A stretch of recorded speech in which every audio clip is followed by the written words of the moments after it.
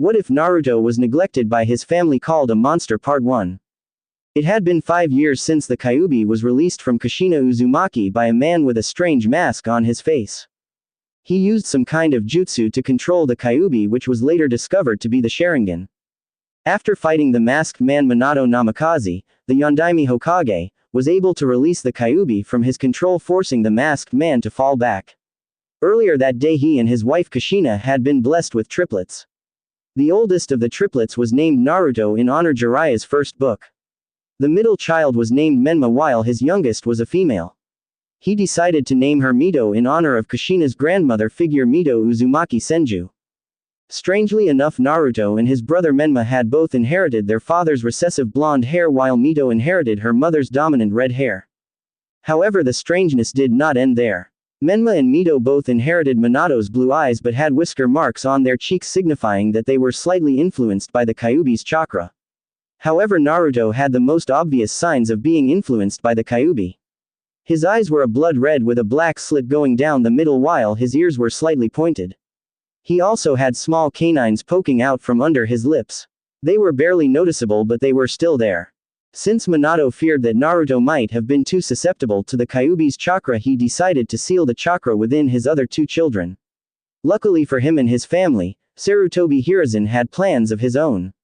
He temporarily paralyzed Minato and sealed the Kyuubi into the two children himself, sacrificing his soul to the Shinigami so that these children would at least have their father if Kushina did not survive.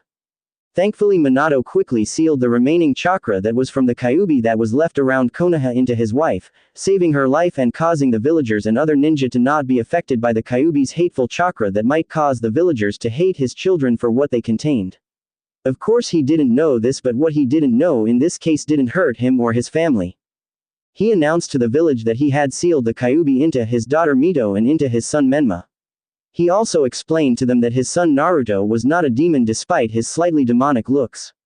Similarly, how his other two children were affected by the Kyuubi's chakra, so was Naruto, but in a stronger way. Since then he and his wife had been teaching each of their children equally and fairly on how to read, write, and speak. Menma was fine in writing and speaking but had troubles in reading. Mito had problems in speaking correctly but could read and write without any problem. Naruto was truly the son of Minato. He was able to read, write, and speak at the same level as a 10-year-old boy.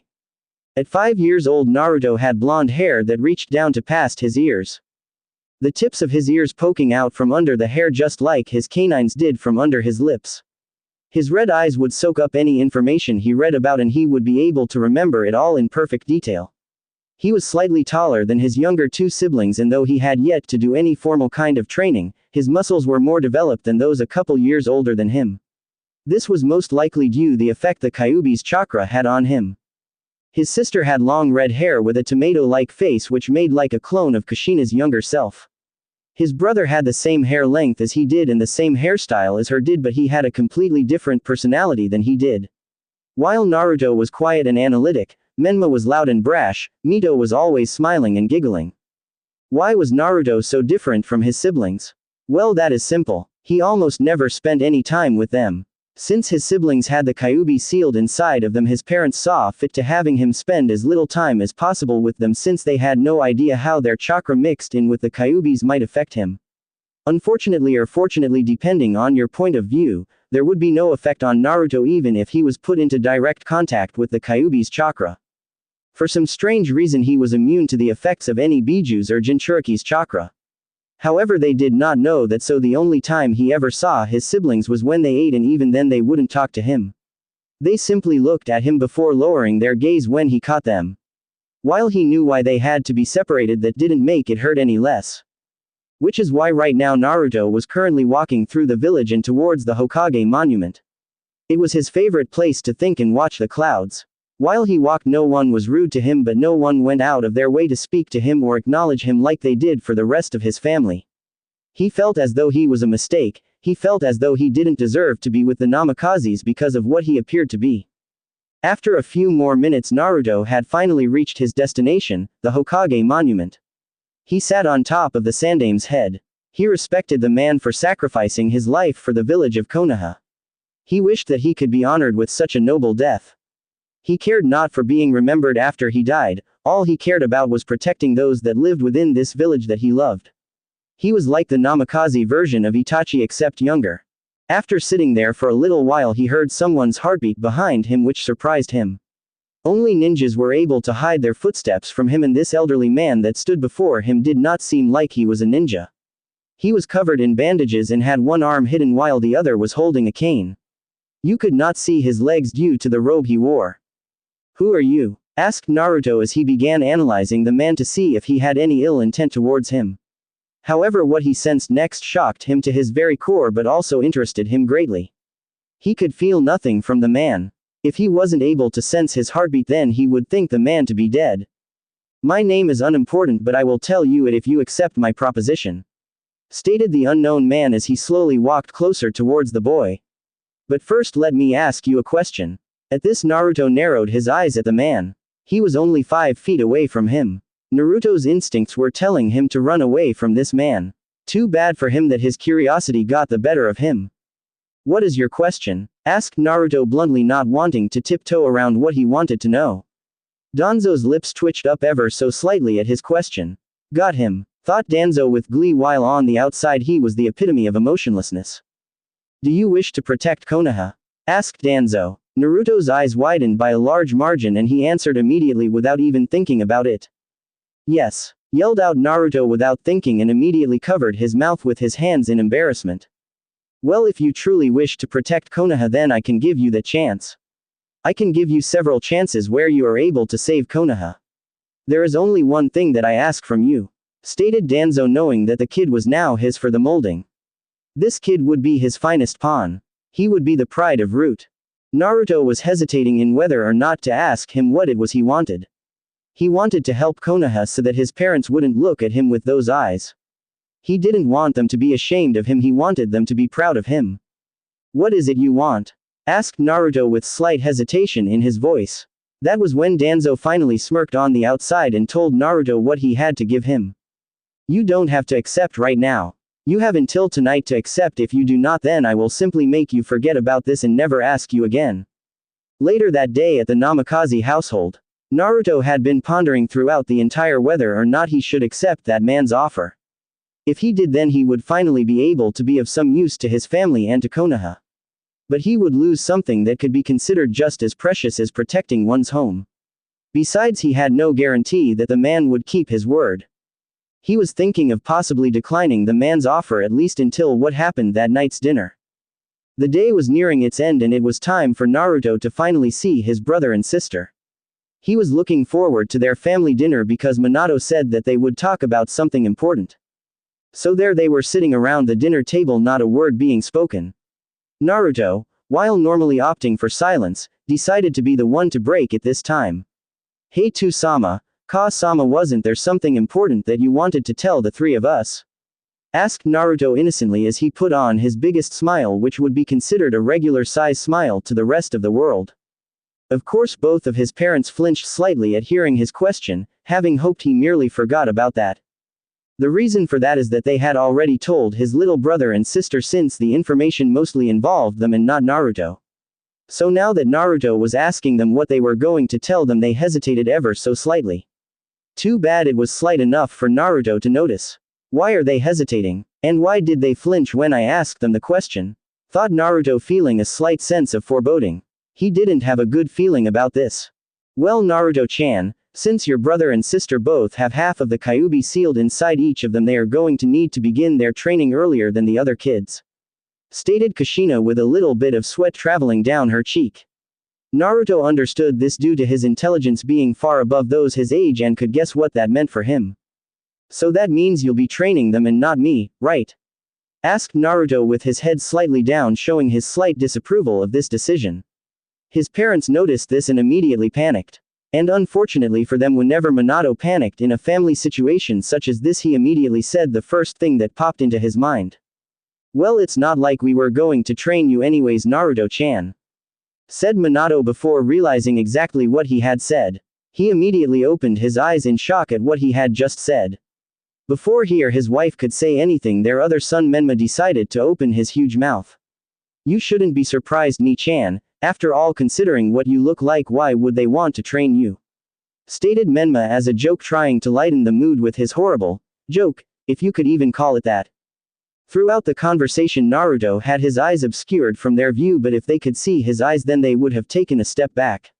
His eyes at this point were completely devoid of any kind of emotion, but if the tears running down his cheeks were of any sign then one would say that he was distraught at what he just heard. His family thought that he was unworthy of their skills. They thought he was a monster just like the rest of the children, and a good portion of the villagers did.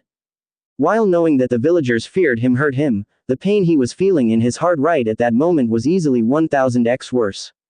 He felt as though his world was crashing down around him. Am I really a monster to them? Though Naruto began to walk away from the table and towards his room. He entered his room and closed the door silently. The worst part of that was that no one tried to stop him. Everyone at the table just sat there, not understanding how such a normal dinner could have gone so wrong. Unfortunately for them, they never noticed the pale blonde hair thatched whipped by tear window. If they had, they would have seen that Fu Yamanaka, one of the very few Yamanakas that Danzo had under his thumb, had placed a slight truth genjutsu on them. While they were under the effects of a genjutsu, it could not be denied that what they said was what they truly felt on the inside. They decided it would be best if they simply let Naruto cool off and then try to patch things up the next morning. Too bad that apology wouldn't come for several years to come. Later that night, it had been about an hour since Naruto had locked himself inside of his room, and he decided that he should apologize to his parents at least. So he walked outside of his room and headed towards his parents' room, knowing they would be awake at this time.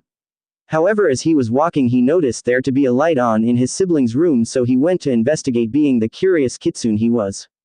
As he placed his ear near the opening in their room, his ears widened upon hearing the subject of their conversation. Menma ni, don't you think that you were being mean to Naruto ni? Questioned Mito with a childlike pout. Menma simply frowned at her question. I know Mito ne, but you have to admit, doesn't Ni-chan scare you sometimes? Replied Menma with a question of his own. Mito could only frown at his question just as he had done to hers. Well, yeah, but you still shouldn't have been so mean, stated Mito with a nagging tone in her voice. Menma simply scowled and responded in tandem. Think about it. If Ni-chan wasn't dangerous, then why is it that Ka-chan and Tu-chan separate us from him? Asked Menma smugly, as if daring Mito to respond. And just as he thought Mito didn't have a response. Throughout their entire conversation, Naruto was simply standing there with wide eyes. His clawed hands and feet began to scratch the walls and flooring. So he merely ran as fast as he could back to his room with tears running down his face. But not without leaving 5 gashes on the wall and 10 scratches on the floor near his siblings' room. They heard the noise but chose to ignore, opting for going to sleep so that they could rest, not knowing what repercussions their words would have. For in the morning, when they would wait for Naruto to arrive at the table for breakfast, he would not arrive. Back in Naruto's room, Naruto had closed the door behind himself as silently as he could. He just stood there shaking, not moving from that spot, in fear of his legs not being able to support him any longer and falling to the floor. After a while, Naruto simply stopped shaking, but he also stopped feeling for a little while. He went to his desk and took out a piece of paper and a pen. He wrote for what seemed like hours to him but was in reality only 4 minutes. Once he finished, he simply folded the paper into thirds and left it on his desk.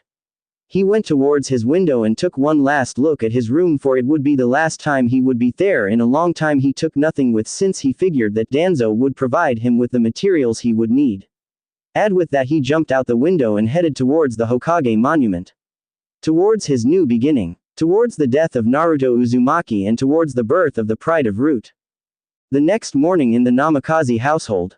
The 2 parents of the Namikaze Uzumaki family had just awoken moments earlier and had awoken with a feeling of foreboding in their souls. They couldn't help but feel as though their perfect world was about to come crashing down on top of them. However, they powered through this feeling as they got dressed, and one of them began preparing breakfast while the other was going to wake up the kids. And by kids they meant Menma and Mito, since they usually let Naruto get up whenever he wanted. Kushina made a couple shadow clones to help her make breakfast while she went and prepared the table. After a couple minutes, she heard her husband walking down the stairs of the house. She had him help her serve the food and set the plates. After a few more minutes, the other 2 children finally ran downstairs and waited for Naruto to come down the stairs and join them. They waited and waited until a full hour had passed by. Each of them were beginning to worry about whether or not he was alright, and one of them even began to worry that he might not even be in the house. So out of worry and anxiety they decided to go to his room and bring him downstairs so that they could resolve their little mishap from yesterday. As Kushina was about to grab the handle to the door, she froze and her eyes widened in shock. She had just realized something important. Something that caused a surge of guilt to go throughout her body. She had never been inside of Naruto's room. After the age of 3 they had separated Naruto from his siblings and gave him his own room. Yet neither of them had ever entered his room. How many nightmares had he gone through without their help? How many sleepless nights had he passed wondering why his parents secluded him from his siblings? Minato noticed her struggle and understood why. After all, he couldn't help but feel the exact same way. They had begun to ignore the existence of their oldest in favor of his younger siblings. They felt as though he might be dangerous for the other 2 children to be around, so they tried their best to separate him from their family without actually doing so. That is when they both noticed something. He never called them Ka-chan or Tu-chan like Menma or Mito did. It was always Ka-sama or Tu-sama, as though he felt that he wasn't good enough for them. Which in all seriousness was completely true. And was only now that they were noticing this. One though rang through both of their heads. What is wrong with me? So with that final thought and with the feeling that they would be able to learn the answer to that question and be able to fix the current situation, Kushina opened the door with Minato's hand over hers. What they saw next froze them and their hearts in place. Or rather, the lack of what they saw did that. Opening his door, they imagined an entire number of things, and what they imagined was what scared them, along with the fact that none of those things were found in his room. They imagined there to be scratches and gashes across the walls and flooring. They expected his room to be filled with books due to the amount of reading he did. However, none of that was what actually existed in reality. His entire room could only be described with one word. Empty. His room was the same gray that it was when he first moved into it. His bed was the same size and make as the one 2 years ago. The clothing in his closet was mostly comprised of what he had when he was 3 years old. However, there were a few pieces of clothing that were slightly larger than the rest and noticeably newer. However, none of those pieces of clothing were what Kushina nor Minato remembered buying for him. The desk he had was also the same one from 2 years ago, and they noticed there to be a folded up paper on his desk with some writing on it. The writing on it said, Minato-sama, Kushina-sama, Mito-san, Menma-san. I apologize for the shame that I have caused you. I cannot imagine how much fear I have caused you to feel. While it is not my fault for having been born this way, I would not blame you for thinking so and for thinking that I am a monster. Why? The answer to that is that you would be right. I am a monster. I do not look human, rather I look like a grotesque joke of nature that has cursed your family. So I have decided to leave so as to no longer cause you feelings of fear or disappointment or shame. I am leaving for the darkness. For that is where monsters live. Monsters live within the darkness because they must never lead a life in the light. For the light would reject them. So they must live within the darkness in order to protect the light. Even if our own light begins to waver and flicker. Even if our own light is consumed by the darkness, we must continue to protect the light. For even though the light may reject us, it is all we have. So goodbye Namikaze Uzumaki family, and rejoice, for this monster will ail you no longer. Signed. Nothing. P.S. I have discarded the name Naruto Uzumaki Namikaze. He died before he could take his first breath in this world. It would be a disgrace to your family if I continued to use it. The monster was all that lived. The monster is all that is left. The room was deathly silent, not a sound having been made since they had begun reading the letter. While the children had trouble reading the letter, they were able to understand the gist of it. However, that silence was deafening. It was broken, however, by the sound of Mito running out of the room with widened eyes. Within moments of her leaving the room, a scream reverberated around the house. The rest of the family immediately sprinted to her and saw her on her knees in front of the part of wall that was directly joined to the door opening. They tried consoling her to see what got her so shook up. She said nothing but merely pointed shakily to the wall she was looking at. When Menma laid his eyes on it, he began shaking as well and fell to his knees too. No. Oh Kami, no, screamed out Menma as he stared at the gashes on the wall. They were obviously made by Naruto and only Naruto. As well as the gashes on the floor. He had heard them last night. He had heard what they said about him. This was all their fault. Menma, what's wrong? What is it? Asked Minato worriedly as he stared at the gashes on the wall, feeling dread in his stomach. The answer he got next justified that dread. Wei were J just talking. A and Ni Chan M must H have heard you us. I didn't M mean it. I swear. Cried out Menma before burying his face into his father's chest just as Mito was doing with their mother.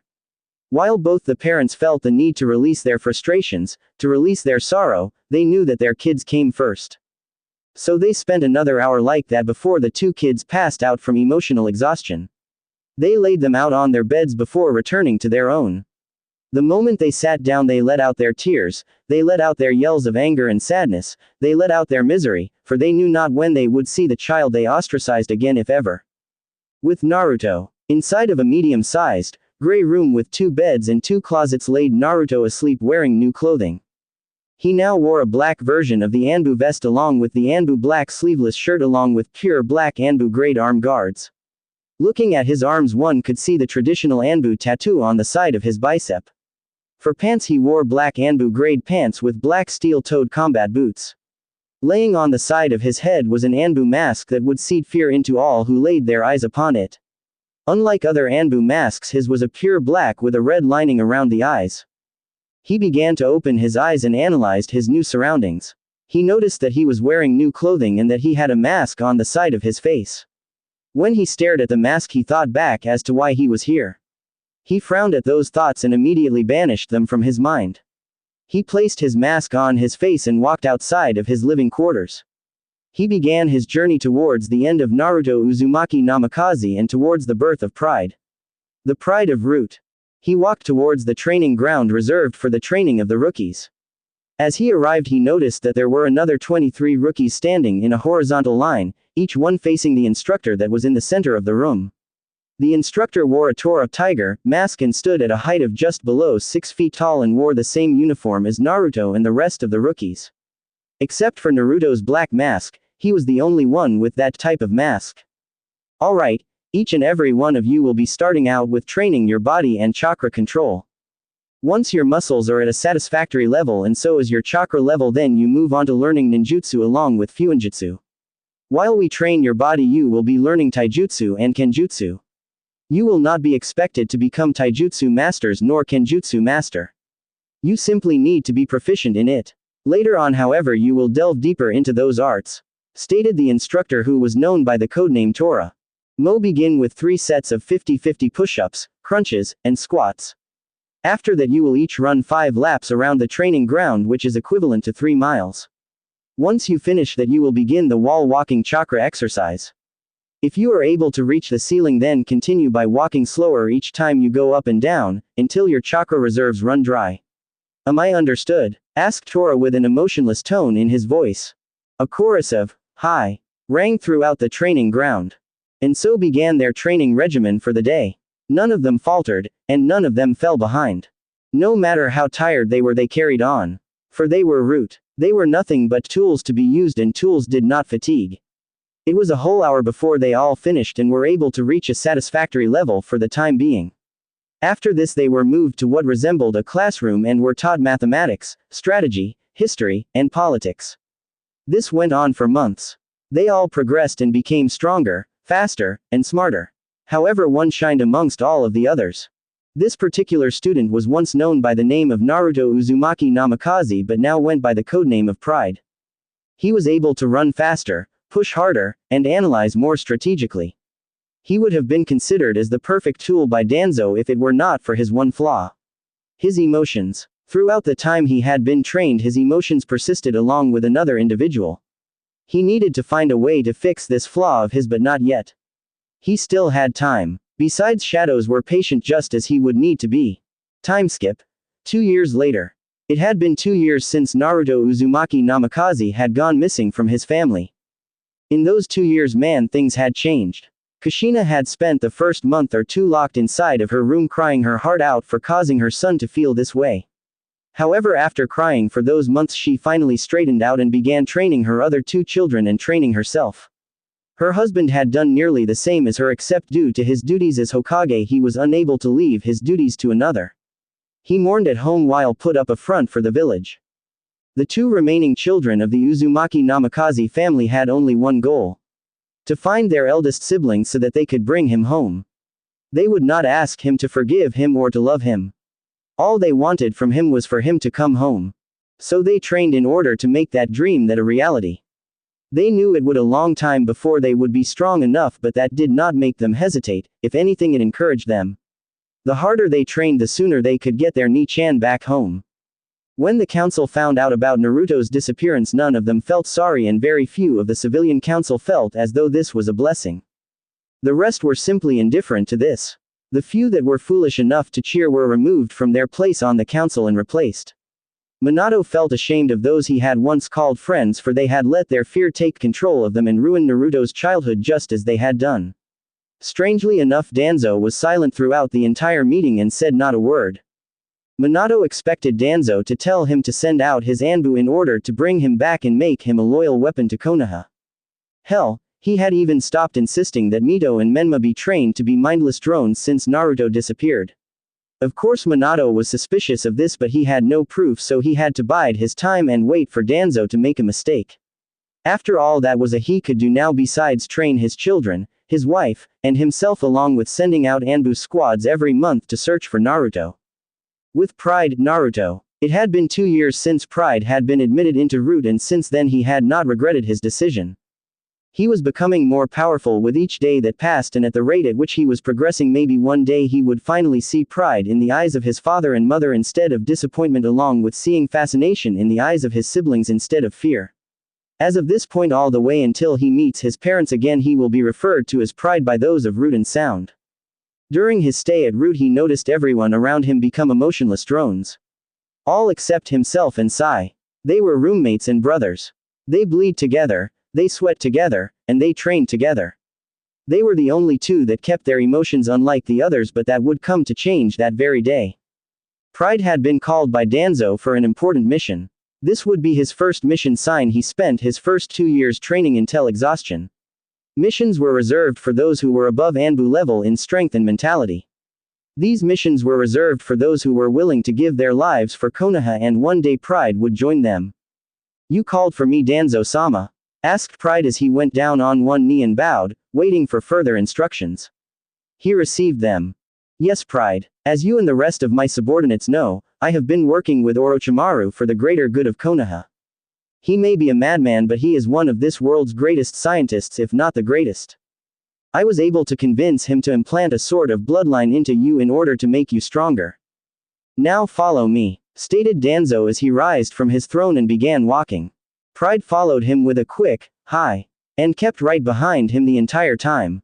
After 15 minutes they arrived at a door that seemed to be covered in stitches. Danzo opened the door, and inside the room was a chair with restraints that Pride could only assume was for him. Besides the chair was a table with syringes and scalpels scattered on top. And behind the chair was Orochimaru wearing a medical mask on his face along with a lab coat. One could basically feel the grin coming off of Orochimaru's face.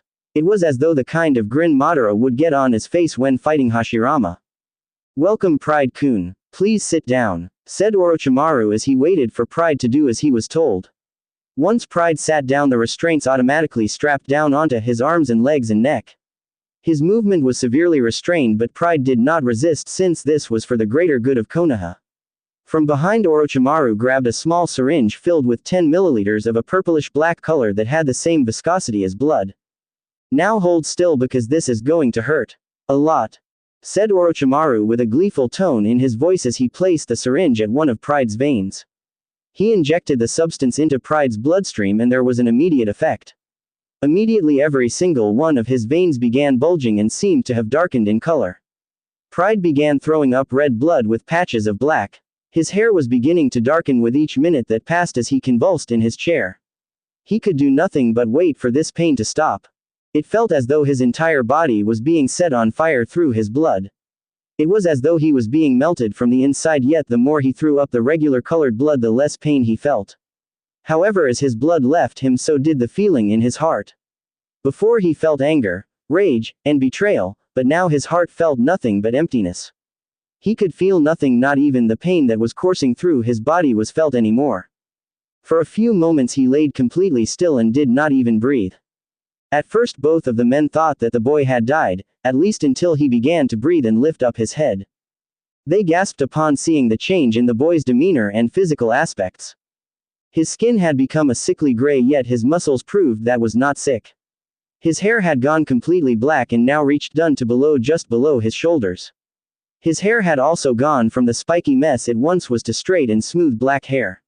He grew a full 4 inches in height and looked to be a teenager. And his ears had slightly grown in length and the tips were covered in black fur. His canines now reaching farther past his lips. While these might have been the most noticeable changes to his body, the greatest change were his eyes. His red eyes that once glowed like rubies now held no life. Their piercing gaze no longer showing any emotions, they showed only emptiness. Today was the day. Today was the day that Naruto Uzumaki Namikaze had finally died and Pride had been born in his place. Pride, how do you feel? Asked Danzo, barely able to restraining a grin from being shown on his face. Orochimaru had a similar grin on his face, knowing that his experiment was a success and looking forward to all the experiments he would be able to put this root agent through. My body feels fine, if not more powerful, due to the substance that Orochimaru injected into me. I have retained no injuries internally nor externally. Responded Pride without any emotion in his voice. He sounded like the rest of Danzo's troops and thankfully retained all of his skills without any foreseeable drawbacks. What I meant was, how are you feeling emotionally? Clarified Danzo, hoping that the serum truly worked as Orochimaru said it would. Unfortunately it worked perfectly. What do you mean by emotionally, Danzo-sama? Are emotions not useless to the duties of a ninja? Questioned Pride with a completely emotionless tone and a blank look on his face. Oh, the serum worked, all too well. Yes, they are, Pride. Now head back to your living quarters and take a mandatory rest until I send one of your fellow root to wake you for training. Dismissed. Said Danzo as began planning in the inner workings of his mind of when the next experiment should be and what he should have Orochimaru implant into him next time. Oh yes, Pride would become the monster he set out to become. Hi Danzo-sama. Said Pride as he got out of the chair and began walking towards his living quarters that was shared with Sai. It took him less than 5 minutes to get back there since he didn't have to go at Danzo's walking pace. When he arrived he saw that Sai was drawing in his personal picture diary. Hey Pride ni, so what did Danzo-sama want? Asked Sai with a small smile on his face. However, when he noticed the changes in Pride as he closed the door behind him, his eyes widened in shock and he slowly began standing up and approached Pride. Pride ni, what happened to you? Exclaimed Sai worriedly as he looked into his eyes. But when he saw his eyes he took a step back. His eyes, they were exactly like the other root agents. They were so lifeless and empty and emotionless. This was not his Pride ni. This was someone else. Something else. Pride simply stood there for a few more seconds in silence before moving towards his bed. He laid on the bed and pulled the covers over his head. Sai dared not break the silence and instead chose to sit back down on his bed. However, instead of continuing his picture diary he simply sat there with tears flowing down his cheeks. His brother was gone. He had lost another brother. The next day, Pride was called out of his room and was ordered to meet Danzo in the training ground by one of the root Anbu with the weasel face mask. He arrived at the designated location within minutes. But not without taking one last glance at Sai, noticing how the markings below his eyes signified that he had been crying. He did not understand why Sai had been crying, yet he felt as though he should. However, he immediately banished those thoughts from his mind once he stepped inside the training ground. Before him stood Danzo in his ever-bandaged glory. Beside him were 2 instructors, each standing at a height of 5 feet 11 inches. One of them wore a weasel mask while the other wore a dog mask. Their codenames were obviously Itachi and Inu respectively. Pride, these 2 will be your personal senseis from now on. They will train you from morning until night. Your only rest will be while you're eating and while you're asleep. They will be teaching you about your new bloodline and teach you how to master it.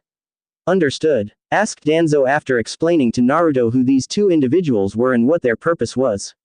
The only response he received was a nod, and that was all he needed before he began walking out of the training ground and prepare for the rest of his day. Alright Pride-san, we will begin by informing you on exactly what your bloodline is capable of and then continue on from there. Began Itachi as he explained with what they would begin with. Your bloodline is unique only to yourself. No one else in the world has it. This means that there are no jutsus for it as of yet, so almost everything you use this for will be from your own creation. Your bloodline consists of a few unique traits. The first one is the ability to make your blood and in turn the rest of your body harder than obsidian. The second part of your bloodline is the ability to heal from just about any wound. The last ability of your new bloodline is that your blood basically becomes a weapon. You can turn your blood into any weapon you so please. You can use as much of your blood as you want, since it is virtually impossible for you to bleed out, and every drop of blood that you shed from your own body, no matter how far away it is from you, can still be controlled by you and only you. Continued Inu in the explanation. Throughout the entire explanation, Pride showed nothing in terms of emotion. However, when they mentioned that he would be able to heal from any wound, he decided to test that theory. He made a slight incision on his left wrist using one of his claws on his right hand. He began to bleed almost immediately, but once the black blood began to ooze out, it began hardening just as fast. A few of the drops landed on the floor. When they mentioned that he could control the blood that had left his body, he decided to try it out as well. He could only make the drops of blood float a couple of feet above the ground and move around a little bit, but that was it.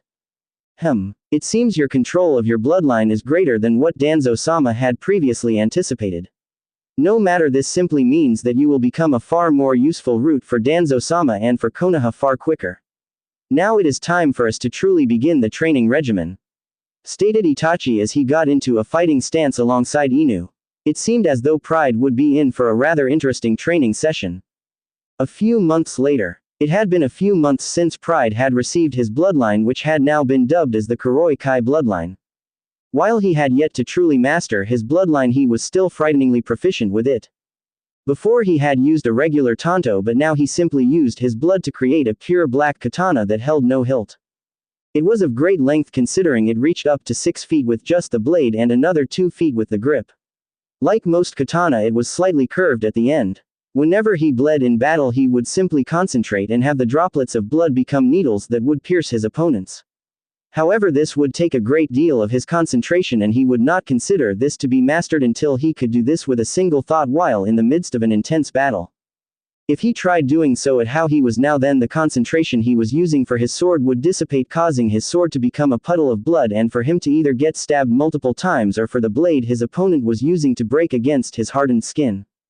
Thankfully, his healing abilities helped significantly with his wounds, but he was not so arrogant as to think that he could simply rely on those healing abilities, completely ignore his wounds. So he continued training his other aspects in order to minimize his weaknesses. If he only used his bloodline, then he would be able to take on a B-rank ninja with some difficulty, but if he used every ability he had, such as ninjutsu, genjutsu, and the like, then he would be able to take on an A-rank ninja with some difficulty, but he would be able to come out on top. Which was extremely impressive for someone his age. Even Itachi Uchiha was not at this level at Pride's age. Besides the training, Pride had also gone through a couple more experiments thanks to Orochimaru. Most of them were simple blood tests and some exercises in order for Orochimaru to get some data. However, thanks one particular experiment, Pride no longer needed to sleep at all. Though for some strange reason the dark circles around his eyes continued to form as a sign of a lack of sleep. Whenever he needs to rest and recover his chakra, he simply meditates and uses his sensor skills to extend his reach and continue improving upon it. Currently his reach was around a 50-meter radius, which was the equivalent to about 150 feet. This was exceptional for someone his age, but Pride always considered himself as inadequate. There was always room for improvement, and there would always be room for improvement. He would hardly ever return to his living quarters, and when he did, he would simply go for a change in clothes and a shower. He and Sai would rarely even see each other now, let alone speak to each other. However, every time Sai saw Pride, he would have a contemplating and calculative look on his face, as though he were trying to figure out the answer to an extremely difficult physics equation. And the current Pride was the result of the equation, with the original Pride being the initial part of the equation and the factors that created the new Pride scattered in between the equation. Pride was currently sitting down in the center of the training ground, trying to expand his reach farther than before. That was when he sensed Danzo approaching the training ground he was currently located at. Thinking that he would send him on another mission, Pride ceased his censoring and stood up at attention. Within a few minutes of being sensed, Danzo had arrived at the training ground and was directly in front of Pride. Pride, I have a new mission for you. Your mission will require you to go to Kiri and assist the rebels there against Yagura. This will provoke a treaty between our two nations, and your secondary mission will be to attempt and bring some bloodline users with you so that they may be integrated into Root for the continued protection of Konoha. You depart within the hour. Dismissed, stated Danzo before walking away, not looking back, having already known that Pride was already inside of his living quarters preparing his tools for battle. He would have sent other subordinates with him, but he knew that if pushed to his absolute limit, Pride would be able to finally and truly master his Kuroi Kai bloodline. However, a frown appeared on his face when he thought about the Tools family and how insisted they were on finding him. He knew it was only a matter of time before they found out about what part he had in all of this.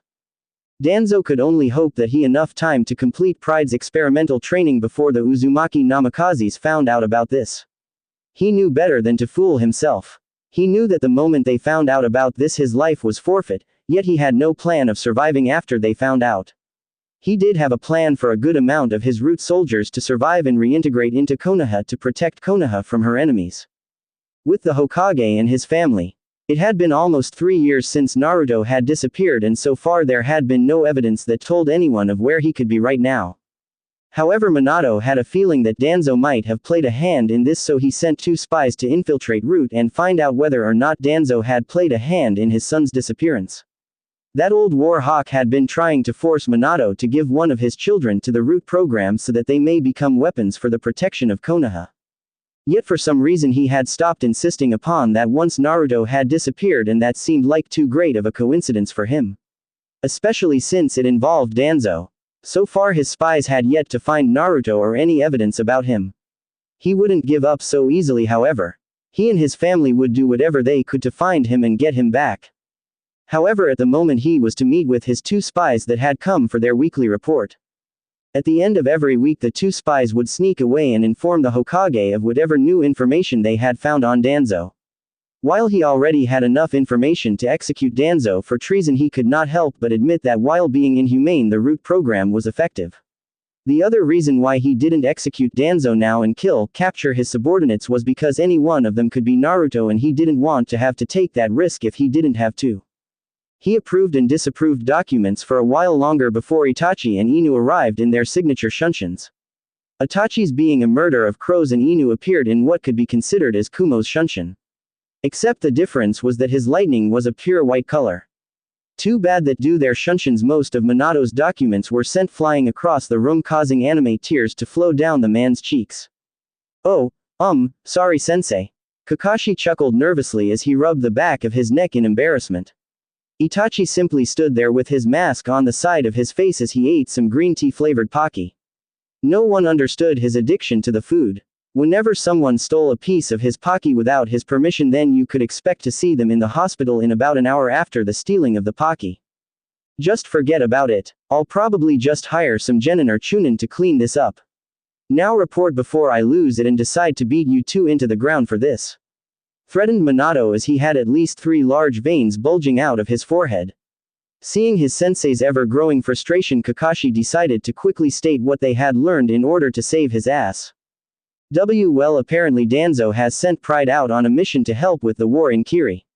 He is to aid the rebels in their fight against Yagura and his followers, and if possible to bring back some bloodline users for Root.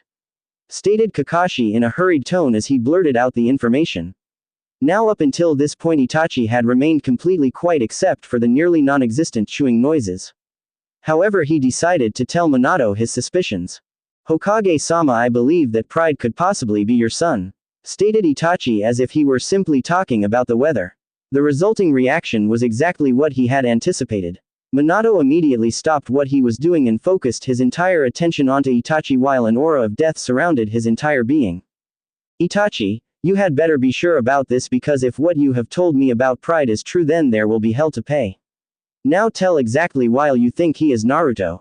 Ordered Minato as calmly as he possibly could without throwing Itachi into the wall and interrogating him.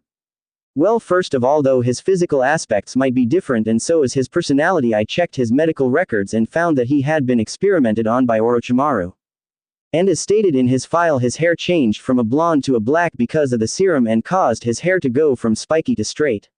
Also his ears have the point that Naruto's had and they now seem to be covered in fur. I have yet to see his face, but from the blood sample that I saw, it is extremely likely that Pride is indeed your son. explained Itachi in an orderly manner. And according to the file, he now has a bloodline that has been dubbed the Kuroi Kai bloodline. This gives him the ability to turn his blood and by extension his skin harder than obsidian and gives him full control of his blood, allowing him to manipulate it to his will. However, the negative side effect from this experiment was that Pride lost all of his emotions and truly believes himself to be nothing but an expendable tool that has an obligation to give its life for Konoha. Continued Itachi, noticing the grim look on the Yondaime's face as his hair shadowed his face eyes from view. However, one could clearly see the river of tears cascading down his cheeks as he tried to convince himself that this could not be his son that was suffering so much. Because if it truly was his son, then how much was really left of Naruto?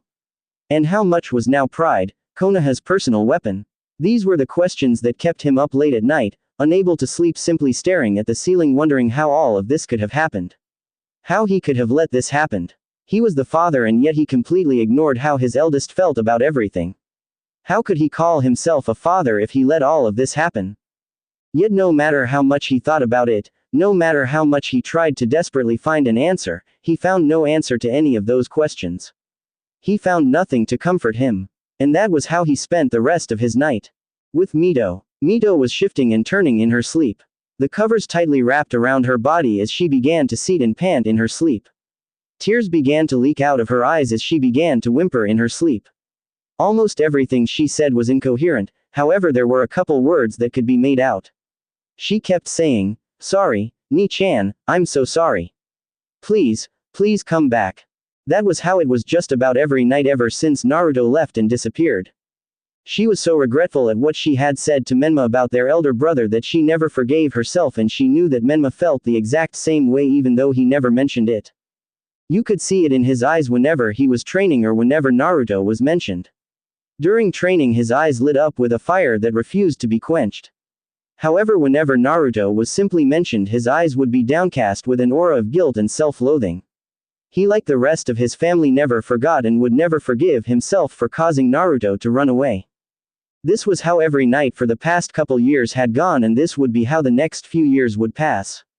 Unable to forgive themselves for their mistakes, they wallow in their self-pity whenever not training. Yet still the fire burned within them. For they were part of the light, burned away the darkness and shed light to the heroes of Konoha. With Naruto, he had just finished packing up most of his equipment for his long-term mission moments before and was leaving the main route base for the first time in 5 months. As he left the base, he noticed that the surrounding area was similar to that of the forests that surrounded Konoha for a few miles. He knew the general direction of where Kiri was, so he headed in that direction at his fastest pace. He knew that the longer he took to complete the mission, the longer he would have to wait until he could properly train and become stronger. For the climb to strength is all there is. Strength is like a ladder and the climb is all there is. Some climb the ladder and fall, never able to recover. There are those who have the ability to make the climb but desperately hold on to their gods or morals. The climb is all there is. The ladder is all that truly exists. The only question is, are you willing to take the climb? With Pride. It had been a few hours since Pride had been sent to Kiri in order to help the rebels against the bloodline purges. He had been running non-stop since then and was only a couple miles from the last known battleground between the two factions. While he was running through the trees, he had some drops of blood floating through the air around him, changing into various weapons such as needles, kunais, senbons, and even chains. This took up a great deal of his concentration and slowed him down a great deal, but even with this hindrance he was still moving at high Chunin level speeds. However, in his distracted state he didn't notice that 2 figures were following him until it was almost too late. Minutes before arriving to the battleground he smelled 2 distinct human scents covered in the blood of at least 5 different people each. He noticed seconds before it was too late that they had thrown a couple of kunai at him. Luckily he was able to use the blood that was already floating around his body as a makeshift shield. He quickly stopped on one of the branches and saw the 2 that attacked him. The first one was about 8 feet in front of him and to his left. The man stood at a staggering 6 feet and 8 inches with a sword that was almost as tall as he was and just as thick if not more. He had short, spiky, black hair with bandages covering the lower half of his face and parts of his neck. He wore the Kiri-style armguards along with their shin guards. He had a black shirt and gray baggy pants, and over the shirt he wore the world-renowned Junin vest and the Kiri forehead protector on his head. This man was none other than Zabuza Momochi, the demon of the mist. The second man was about 6 feet in front of Pride and to his right. The man was about a head shorter than Zabuza but looked to have just as much if not more experience than Zabuza. He had blue hair done up in a moused-up manner and had an eye patch over his right eye. He had a talisman on each ear and wore the standard Kiri Anbu uniform. Unlike Zabuza who had no shoulder guards, this man had them along with a black long-sleeve shirt and arm guards. He wore black pants with shin guards over them. This man was Ao. These two were both A ranks and while Naruto was certain of his abilities he had no information on these two other than what was stated within Root's version of the bingo book. However, it was a good thing that he had no need to fight them. Pride slowly unsealed a scroll from his left shoulder which caused the two nin to tense up in expectance of an attack. However, all they got was a scroll being floated over to them thanks to a few drops of blood. They noticed that the scroll had the Hokage's official stamp on it. Ao made a hand sign and activated his Byakugan.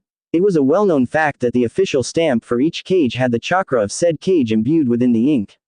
Luckily for Ao, he had seen the young Yondaime's chakra with his stolen eye and was able to verify that this was indeed his stamp. My apologies, Anbu-san. I was unaware that you were sent by Konoha to assist us in this war. However, what I would like to know is how you knew that we were part of the rebellion. Ao inquired cautiously in case this was a loyalist Anbu that just happened to have killed the actual Konoha Anbu sent to help. After all, he had never seen an Anbu with a pure black mask with red marks around the eyeholes. I knew that you two were with the rebellion because you are placed in the bingo book with a reward from Kiri of about 3 million ryo each. Explained Pride in an emotionless tone caused shivers to run up their spines. The tone of voice that came out Pride's mouth was one that Ao and Zabuza had heard before, however the tone did not fit the body. The nin before them looked to be at most 15 years old, yet the tone of voice he spoke in was usually only heard from veteran nin who had lost their limbs, friends, and family during the war and no longer had any true will to live. They simply existed. Anyways, come with us so that you can meet our leader. Stuttered out Zabuza in an uncharacteristic stutter. All he got was an understanding nod from the boy. Seeing that was not going to receive any further response from the boy, he and Ao turned west from their current position and began running at Chunin speeds, thinking that they would need to hold back in order for the boy to catch up to them. Although their instincts told them that he was no boy and that they shouldn't underestimate him. For he was a monster in human skin. And Kami have mercy on those that stood in his way. In Konoha, currently in the calm and seemingly serene village of Konoha, all was calm. Civilians were up and about, buying groceries, selling tools, etc. The ninja were either walking through the streets or jumping on the roofs heading towards the Hokage Tower. Nothing was out of the usual, which was why Mito was currently going through her taijutsu katas with liters of sweat dripping of her body. She wore a simple white shirt with the sleeves cut off and black tight-fitting shorts along with normal shinobi sandals. Her red hair was done up into a bun on the back of her head so as to not get in the way. Her eyes were lit with a fire that would put guys in his unholy spawn Lee's flames of youth to shame. She could feel all of her muscles burning as though someone had poured melting candle wax on top of it. Yet she showed no signs of stopping. This pain is nothing compared to the pain Ni-chan had to go through because of our ignorance. I have to keep training and get stronger, how else am I supposed to find him and bring him back home? Thought Mito as she continued to train her body into memorizing her taijutsu katas so that they would become second nature. She continued this for about another hour before she collapsed on the training field she was currently in. She stared at the clouds above her and felt tears stinging her eye. Ni-chan, where are you now? Do you hate us for how we acted around you? Questioned Mito to herself. After a few more moments of lying there on the ground, she heard 2 pairs of footsteps begin to approach her. Yosh. That was quite the youthful training, little girl. Especially for someone so young. Your flames of youth shine brighter than most twice your age. Yelled out a man clad in an all-green jumpsuit along with bright orange leg warmers and with the Konoha headband around his waist. He had a black hair styled in the shape of a bowl with eyebrows that seemed thicker than his headband.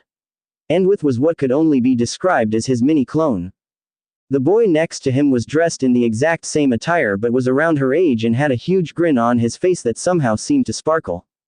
When her eyes met his, she got lost into his black eyes that showed nothing but warmth and happiness.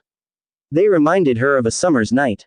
When he stared into her blue eyes, he saw an ocean of turmoil flowing within her which only made him want to hug her and tell her that he would be with no matter what happened.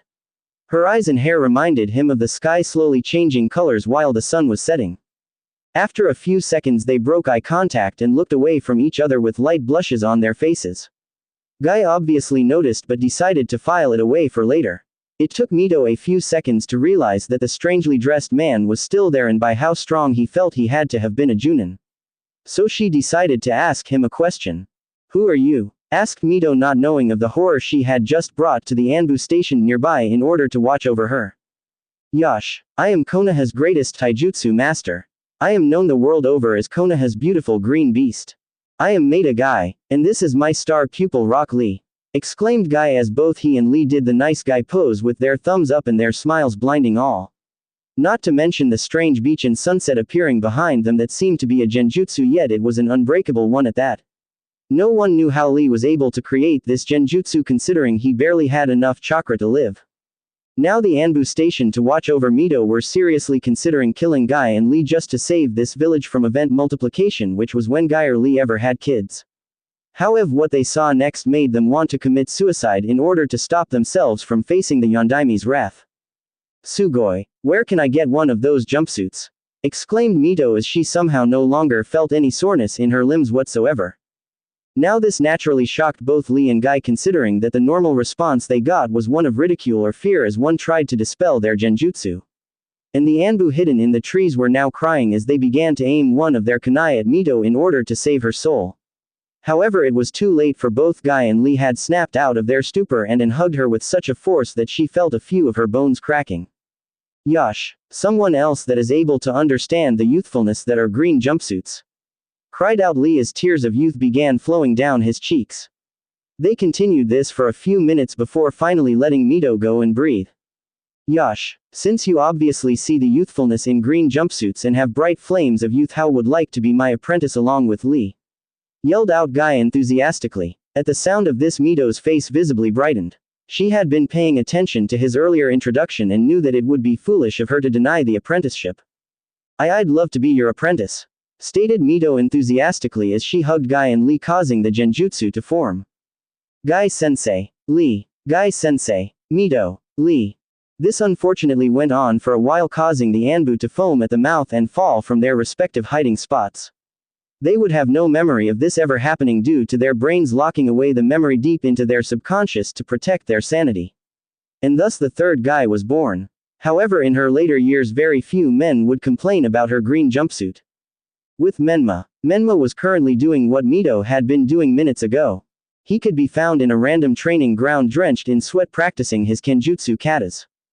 He was wearing a short-sleeved red shirt with white shorts. He was using a simple wooden sword instead of an actual blade since he had yet to earn one. His mother stated, "A master of kenjutsu is able to cut through a tree with a simple wooden sword without breaking said sword." Which translated to, "Until you can cut through a tree with a wooden sword and not break your sword, you will not get a true blade." So he trained for hours on end, improving upon his skills with a sword, and at the end of every session he would slash at a tree, and at the end of every session he would need a new wooden sword. However, with each attempt he made, he would notice that the cut he made would deepen ever so slightly. The sun was about to set, which told Menma all he needed to know. It was time for today's attempt. He approached the tree before and stood 3 feet away from the trunk. He stood with his blade held with both hands held at a slight angle towards the tree. His left foot stood in front of his right by a small margin. He closed his eyes and focused on the surroundings that lay before him. He could hear the fluttering of wings and drops of dew falling of the leaves of the trees. Suddenly he snapped open his eyes and rushed forward at mid-genin level speeds and slashed through the tree. He ended about 4 feet past the tree, and when he looked at his wooden blade, it was broken. With a disappointed sigh he went back to the tree and examined the cut made by his swing. He then compared it to the one on the tree right next to it and saw that it was about a centimeter deeper than the one from the day before. A smile tugged at the edge of his lips at seeing his slow but noticeable progression. With that he began to walk back home with the broken blade at hand, never noticing the Anbu with purple flowing hair staring at his body with interest before she disappeared in a shunshin. It seemed there was someone worthy of being her apprentice after all. Back with pride. It had been 10 minutes since he had begun following the 2 rebel nin before he saw what could only be described as a very thick cloud of mist that covered a few miles of woods. The 2 nin leading him then stopped and motioned for Pride to come closer. Once Pride was within arm's length, he felt an arm gripping his shoulder, which he very nearly reflexively cut off with a blood kunai. After assessing that Zabuza meant no harm, he caused the blood to dissipate and simply seemed to mix with the open air.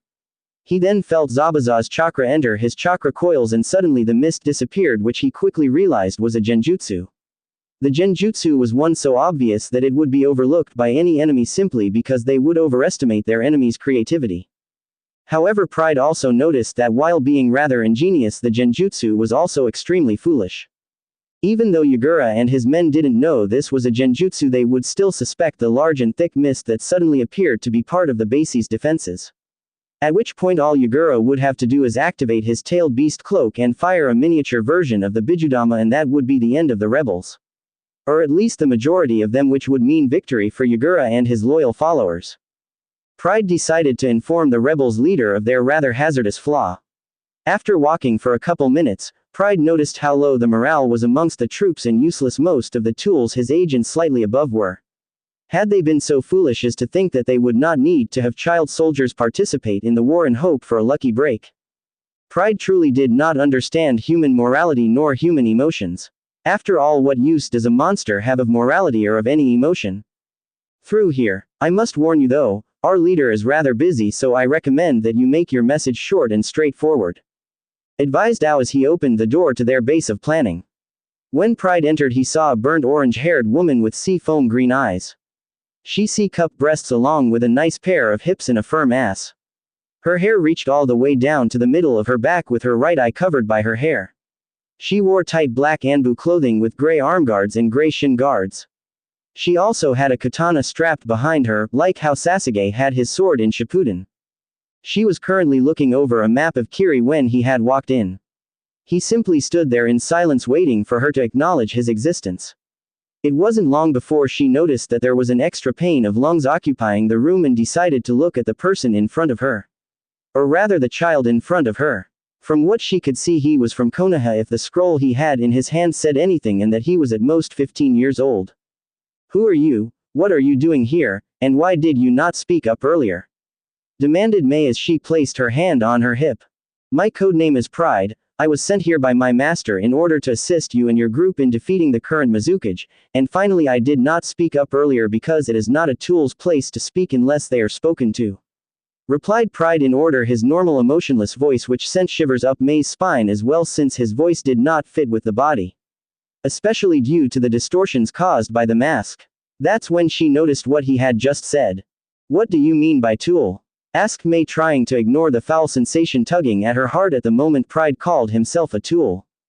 "I was trained to follow any order given to me and to cast off any useless accessories such as emotions.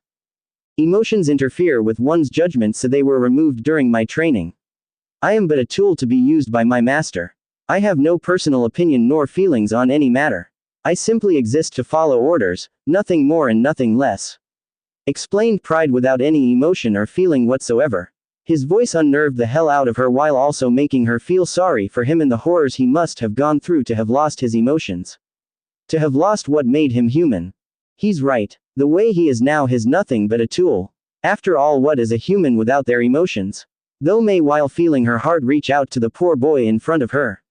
However, she quickly crushed that emotion, since now was not the time for her to feel bad for the boy. She had a revolution to run. "Where is the rest of your squad?" asked Mei, thinking that there was no possible way that Konoha would be foolish enough nor arrogant enough to believe that a single Anbu could help change the tides of a war, no matter the age of said Anbu or the clan they hailed from. The brat could be a fucking senju and it still wouldn't make a difference. "I am all that was sent. Hokage-sama thought it best to only send me instead of a full team of Anbu," answered Pride. At this piece of information, Mei's eyes widened. Konoha had sent in a single soldier to fight against an army and a Jinchuriki who had complete control of their Biju and was at cage level strength. And not only that, but the soldier was a mere brat who didn't even care that he was sent on a suicide mission with less than a 0% chance of survival. "How the hell are you so calm about this? The outcome of this mission for you is most likely death, and yet you don't even give a shit," yelled out Mei, unable to comprehend the being in front of her. "Tool or not, you should at least feel something about being sent off to your death." Pride merely tilted his head to the right ever so slightly. If it had been in any other situation, then Mei probably would have glomped him while yelling, "Kawaii." Pride was confused at this point. Why did this woman care if he lived or died? He was just a weapon of destruction. Why should it matter if he went to his death? Tools die every day, so why should this be any different? After all, he wasn't just a tool, he was a monster. And monsters don't deserve to live. Because monsters don't deserve to live. If I should die today, then so be it. Tools perish in battle every day. Does it really matter if I should die? And if I do die, then that simply means that I was a useless tool and that I had every right to die. Said Pride before politely motioning for her to read the scroll that was on her desk. Seeing that he truly believed that his life was unimportant and that his death would be of no consequence, Mei simply gave up on trying to make him think differently and simply began to read the scroll he gave her. After all, it would take a lot more than a few minutes of arguing for her to make him see that he wasn't just a tool. However, that was time that she nor him had at the moment. As she read over the contents within the scroll, she could clearly see why Konoha decided to help the rebels with the war rather than the loyalists. Their first condition was that should the rebels win the war, then they would sign a treaty with Konoha stating that they would become trading partners, and in times of war with another country, Kiri would side with Konoha and vice versa. The second condition was Kiri would not place the operative that Konoha sent to help them in the bingo book. The final condition was that once the war had ended and that the rebels had won with the assistance of the operative for Konoha, that Kiri send at least 2 children with separate bloodlines to Konoha. The gender of the 2 children was unimportant so long as they could produce offspring. Overall, the terms to the contract was not unreasonable. In all honesty, Mei had to admit that she would doubtfully get a better deal from any of the other hidden villages, mainly because the other villages would send an entire army instead of a single man. With a heavy sigh, Mei decided to agree to the terms listed previously. However, a thought popped into her mind. So then, Pride, what exactly is your role supposed to be in this war? Asked Mei with genuine curiosity. She needed to know if he would listen to her or if he already had a pre-existing set of orders to follow from his master, as he puts it. I have been ordered to act upon your orders until I either die or until this war is over and there is a new Mizukage ruling Kiri. During that time I will follow whatever order you ask of me as long as it does not affect Konoha or my master in a negative manner whatsoever. Replied Pride in his distorted and emotionless voice. She might not be able to see his face, but Mei could easily picture a blank face looking at her with dead eyes. That image alone unnerved her to no end. Alright then, while you may be of Anbu ranking over there in Konoha, I still need to know what your abilities are and what ranking missions I should send you, as well as what kinds of missions. There are 2 types of missions as of now. The first type is raiding and the second type is supplies. The first type would include going to loyalist bases and taking control of them so that we may gain not only strategic points of defense but also strategic locations where we can receive supplies and whatnot. The supply missions are where you have to do mission for other villages or complete bounties in order for the rebellion to receive funds and more supplies. Depending on how you do during the examination will determine what mission type you receive. Understood? Asked Mei once she had finished explaining everything Pride currently needed to know in order to temporarily live with them. After receiving a simple nod as her response, she told him to follow her, which he did with no questions asked. A few minutes later, Mei, Pride, Ao, and Zabuza had just arrived to an open clearing that was surrounded by thick mist, but inside of the clearing there was no mist to impair the senses. The clearing itself held low-cut grass along with a large body of water, which Pride assumed was placed there in order for the rebel nin to practice their repertoire of water ninjutsu. Alright, now that we're here, you'll have to spar against both Zabuza and Ao at the same time, and depending on how long you will determine the rank you get from me. Understood? Asked Mei as she allowed a smirk to adorn her face. While she would never outwardly say this, Mei enjoyed watching people get their asses kicked, especially when she was the one kicking ass. Of course, Pride showed no discomfort or any signs that would mean that he disagreed with her judgment, because he didn't disagree with her. However, both Ao and Zabuza believed that this would be too unfair of a test for the brat. Both of them together could take on an entire squadron of Anbu and come out on top, yet here was their leader telling them to fight against a single Anbu who was probably less than 15 years old. Mei-sama-chan, you can't be serious. There is no way that the brat will be able to handle the both us working together. That's basically suicide, yelled both Ao and Zabuza in synchronicity, while Pride simply stood there in his unique taijutsu stance. Actually, when they went back to look at him, they realized one thing. He wasn't there. This immediately got both of the Kiri Nin to shut up and watch each other's back as they looked around for the boy's location. Zabuza's right hand was reaching for his sword while his left was forming the handseal used to summon up chakra. Ao had activated his Byakugan and had drawn out 2 kunai whilst imbuing them with chakra in order to reinforce them. Mei simply sat down on a large rock with an amused expression on her face. Soon minutes went by and nothing happened. Both Ao and Zabuza were starting to lose their patience, although it seemed Zabuza would lose his first. It seemed as though Zabuza's rage was a hair's away from snapping. That is until a random tumbleweed passed by, even though it was obvious that there is no logical way for there to be tumbleweeds growing in Kiri. You fucking Gaki. Get out here and fight us like men before I decide to remove one of your limbs the moment I find you. Yelled out Zabuza in absolute fury as her swung his sword around, causing several gashes to appear on the ground before strangely shimmering out of existence. That was when Ao's eye widened in realization. Tumbleweeds do not grow anywhere remotely near this location, and there is no way that when one scratches the ground that the ground simply heals itself. At least back in my day that never happened. Genjutsu. Though Ao before he immediately disrupted his chakra flow and then threw one of his kunai at Zabuza's right thigh. Or at least he tried to. His entire body minus his head was covered in what appeared to be black blood. However, the strange substance was stronger than any hold or rope that Ao had ever been tied in. He then noticed that his weapons were all gone from his person, including the ones hidden in some rather hidden parts of his body. Zabuza was in the same position except he was still in the genjutsu. When Ao looked forward, he noticed that Pride was standing in front of them both with black scabs on his wrists. He also noticed that there were several different kinds of weapons surrounding both him and Zabuza in various locations, which if hit, would be fatal. Ao turned several shades paler at this realization. Because they had both underestimated the boy simply because of how old he looked, they had lost within the first few minutes of the fight, if you could even call it that. Mei was looking at the peculiar scene before her with slight amusement and disappointment. On one hand, she was laughing her ass off on the inside seeing that both Ao and Zabuza had their asses handed to them by a kid. However, on the other hand, she was disappointed that she was unable to witness the boy's full capabilities due to his quick and deadly manner of winning the fight.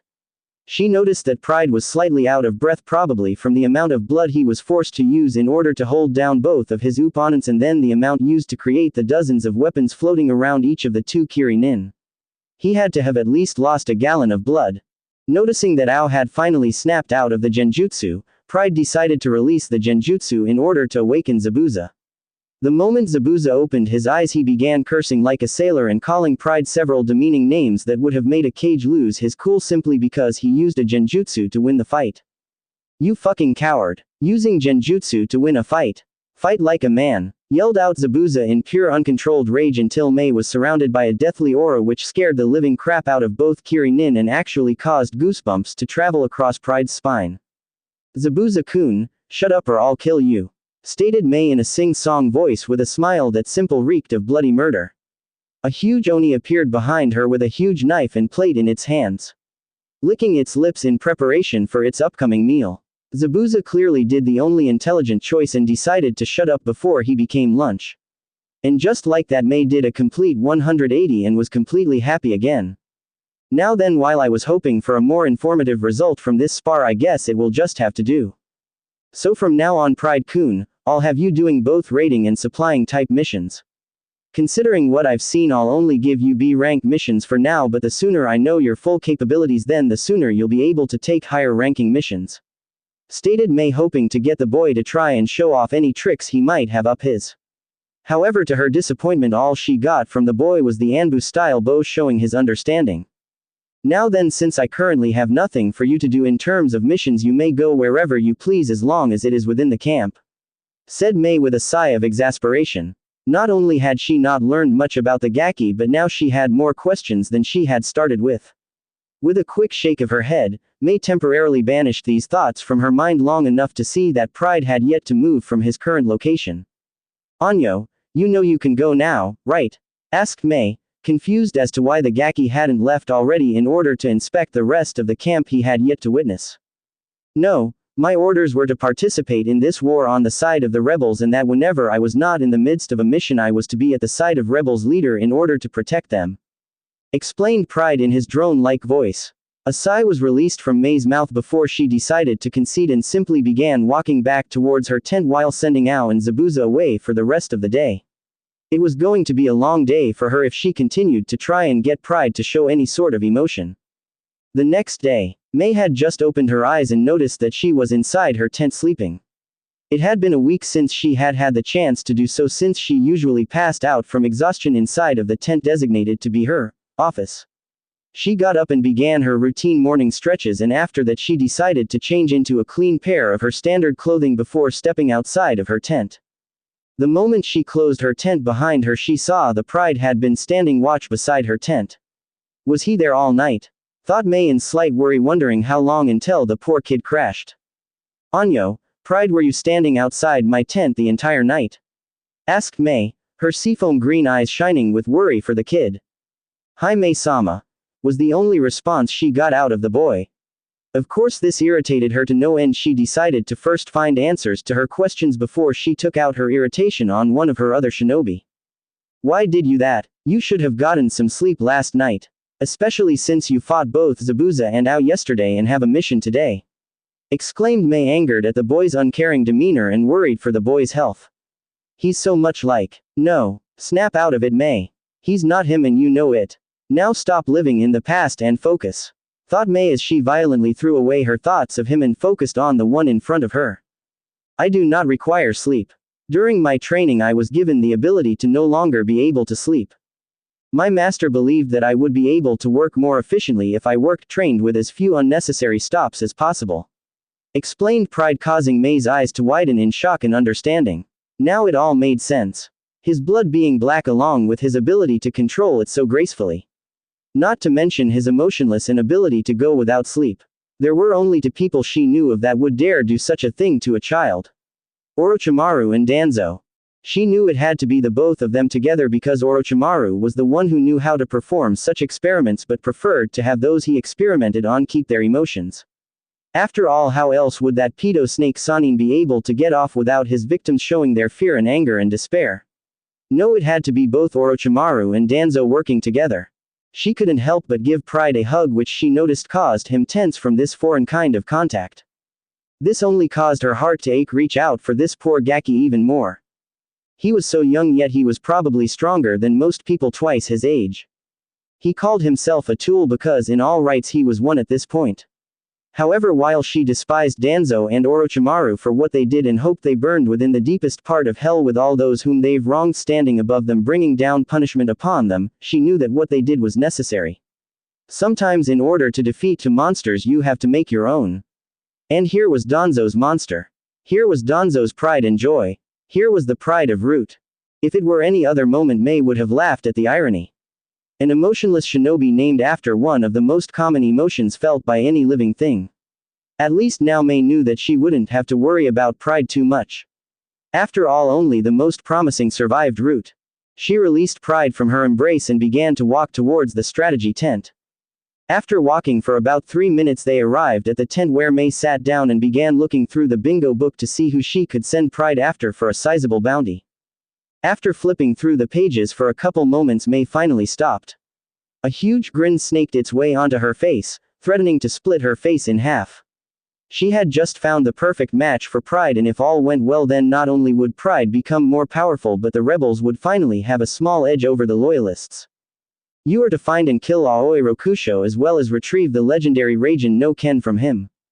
If you succeed in doing so then the blade will be yours, and when this war is over you can still keep the blade. Do you accept this mission? Asked Mei as she began drooling over all the possible victories they could achieve with Pride wielding this legendary sword. While she could have any of her other, more experienced, veterans wield this blade, she felt as though Pride would be able to wield it most effectively. Hi Terumi-sama. Accepted Pride before he grabbed his bingo book out of one of his various well-placed seals and circled Aoi's picture, closed the book, and began to head out. However, before he could leave the tent he was called back his temporary master. Wait. Before you leave I will need 2 things from you in order to ascertain that when you return it is truly you and not an enemy imposter. First I wish to see your face, and second I would like to know your true name. This way if you do fall in battle or one of the loyalists decides to henge into you before you return, I will be able to tell the difference and proceed accordingly. explained May with a small smirk on her face at the chance of being able to uncover what he really looks like. This would be the first step of her plan to get the boy to once again unlock his emotions and see life for what it really was and not for what he believed it to be. Of course, Terumi-sama, replied Pride as his hand reached for his mask but stopped a few centimeters in front of it. He then proceeded to hover his hand in front of his mask with his palm facing his face. At first it seemed as though nothing was happening until the mask began to move as though it were a gelatinous substance. Before long, what was once Pride's mask was now a black liquid that covered his hand like a glove. The moment May laid her eyes upon Pride's face, she gasped in surprise and in horror. The boy had long, black, slick hair which reached a little bit past his shoulders. His ears were like those of a fox, covered in black fur. She saw the two fangs that poked out ever so slightly form under his lips. His skin was a sickly gray and the area around his eyes contained dark circles signifying a lack of sleep. However, when she finally looked into his eyes that were as red as the blood that flowed through her veins with slits as dark as the blood that flowed through his, she saw no life. She saw no emotions. She saw only emptiness. Pride was right. The moment she looked into those empty red eyes, she knew that he truly was just a tool at this point, and what truly horrified her was the fact that someone had the stomach to do this to another human being.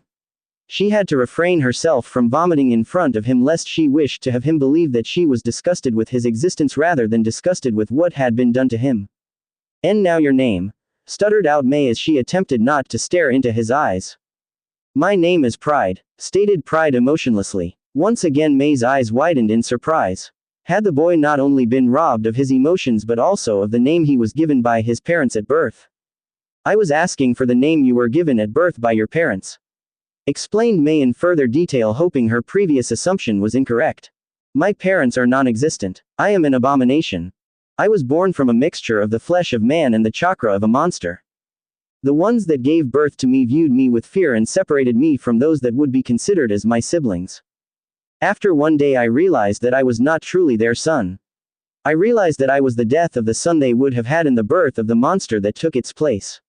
Therefore I am unworthy of taking up the name of their dead son that should have come into this world in my place," explained Pride, showing no emotions, yet it seemed his body betrayed him in a manner so slight that May nearly missed it had she not chosen that moment to look into his eyes. The eyes that were once filled with nothing were now showing an emotion that disappeared almost as soon as it appeared. The basic emotion that all beings in this world experience at least once before their brief existence is ended. Sadness. However, if you truly wish to know the name that I went by during my time with the family whose blood I once shared, I will tell you. The name was Naruto. And with that, Pride placed his mask upon his face once more and left May alone with her thoughts. There was nothing but silence within May's tent before she quickly dashed towards the trash bin that lay at the end of the tent and promptly threw up in it. For the next few minutes that was all she did. When she finally stopped releasing the contents of her stomach all over her trash bin, she noticed that her cheeks were wet. Throughout the entire time she was vomiting, she had been crying for the child. She knew he was young, but for him to have had his childhood taken from him, to have his life ended before it truly began. How he was right now was not living. It was barely even existing. She could only imagine how much pain he had to have suffered and how many experiments he had to undergo to become the weapon he was today. However, her mind clicked when she remembered him say Naruto. She remembered hearing that name before and thought it was something of importance. For Pride to have given her his old name meant that she could now figure out who he was before root. She felt compelled to help him regain his humanity. So with that, a fire burned in her eyes that would not be quenched, not even by the Nidaime Hokage's legendary Suiten jutsus. After all, she knew all too well what it was like to be a weapon. And she would be damned if she didn't find some way into what was left of his heart. With Pride. The moment Pride had exited from the main tent, he created 2 blood clones effortlessly. The first blood clone he directed to stay within the rebel base and to keep watch for intruders. The second blood clone was sent to Shadow May-sama to make sure nothing happened to her while the original was gone. Thanks to Pride's bloodline, he was able to create blood clones with little to no expense to his chakra reserves. Now, after he created those 2 blood clones, Pride created 3 shadow clones, which he then instructed one to work on chakra control, one to work on his bloodline's control, and one to work on mastering jutsus that he has learned. Of course, these clones would eventually run out of chakra, but once they do, Pride will simply create 3 more wherever he is, cast a genjutsu around them and give them similar instructions. The jutsus he gave the clone to master were Raiden, Raiju Suiga, Lightning Release, Lightning Beast Tracking Fang Kaden, Genkyu Fire Release, Great Blaze Ball, and Futon, Shinkugyoku Wind Release, Vacuum Sphere. First he would have the clone successfully perform these jutsu without yelling out the name. Then he would gradually use less and less hand signs for the jutsu until no hand signs were needed for the performance of the jutsu. In doing so, this would not only increase his chakra reserves, though the amount of chakra spent in performing such attacks, but also improve his already impressive chakra control by molding chakra without the help of words or hand signs.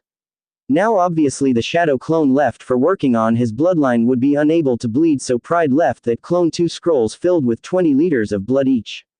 This is approximately the same amount of blood there is in 4 average human adult males. Once he had given the clone the blood, Pride proceeded to head in the direction of where Aoi was last seen with the Raijin. The border between Iwa and Konoha, which was approximately a minimum of a 2-day run from Kiri if one were to stop to rest along the way. Pussies. 28 hours later at the Iwa-Konoha border. Aoi had just finished a random bodyguard job from a random Iwa crime boss that required the skill of an A-rank nin. Of course, while the bingo book listed him as A-rank, without the Raijin, Aoi was no better than a B-rank nin. He finished the job about 3 hours ago and would have left earlier had it not been for his body's insistence upon a power nap. Currently he was simply walking through the woods with an air of cockiness permeating the air around him. Of course that was all changed when he was suddenly struck by no less than 7 senbon to both his left and right shoulders. While not causing incredible amounts of pain, Aoi immediately noticed that these senbon were placed in such a way that he was unable to reach for the Raijin strapped across his back. So with no other choice he quickly sprinted forward while grabbing 2 kunai in the reverse position and turning back towards his opponent. What he saw astounded him and humiliated him. Before him was a boy no older than 15, clad in Anbu uniform with a mask that caused waves of terror to flow through his entire being. When he stared into the holes meant for the eyes, all he saw was darkness. There was no light shining within those eyes, only emptiness. An emptiness that threatened to consume anything within its path. And right now, realized Aoi, he was in its path. Aoi, stealer of the Raijin, my master has ordered me to take your life, and if at all possible the very blade that has made you so famous. Spoke out Pride while adding chakra to his voice in order to mask his voice while simultaneously giving him a cruel and frightening voice which made ghastly shivers crawl up Aoi's pathetically weak spine. His entire existence was telling him to run away as fast as he could for as long as he could and not turn back even once. However, because of the arrogance that Aoi had built up from the years of being feared because of the blade he held, Aoi stood his ground and prepared his 2 lightning-enforced kunai for a fight. Like a brat could take my life. Even without the blade of the Nadaime I am still powerful enough to deal with a brat such as yourself. Roared out Aoi as arrogantly as he could despite the uncontrollable tremors his arms were exhibiting before him.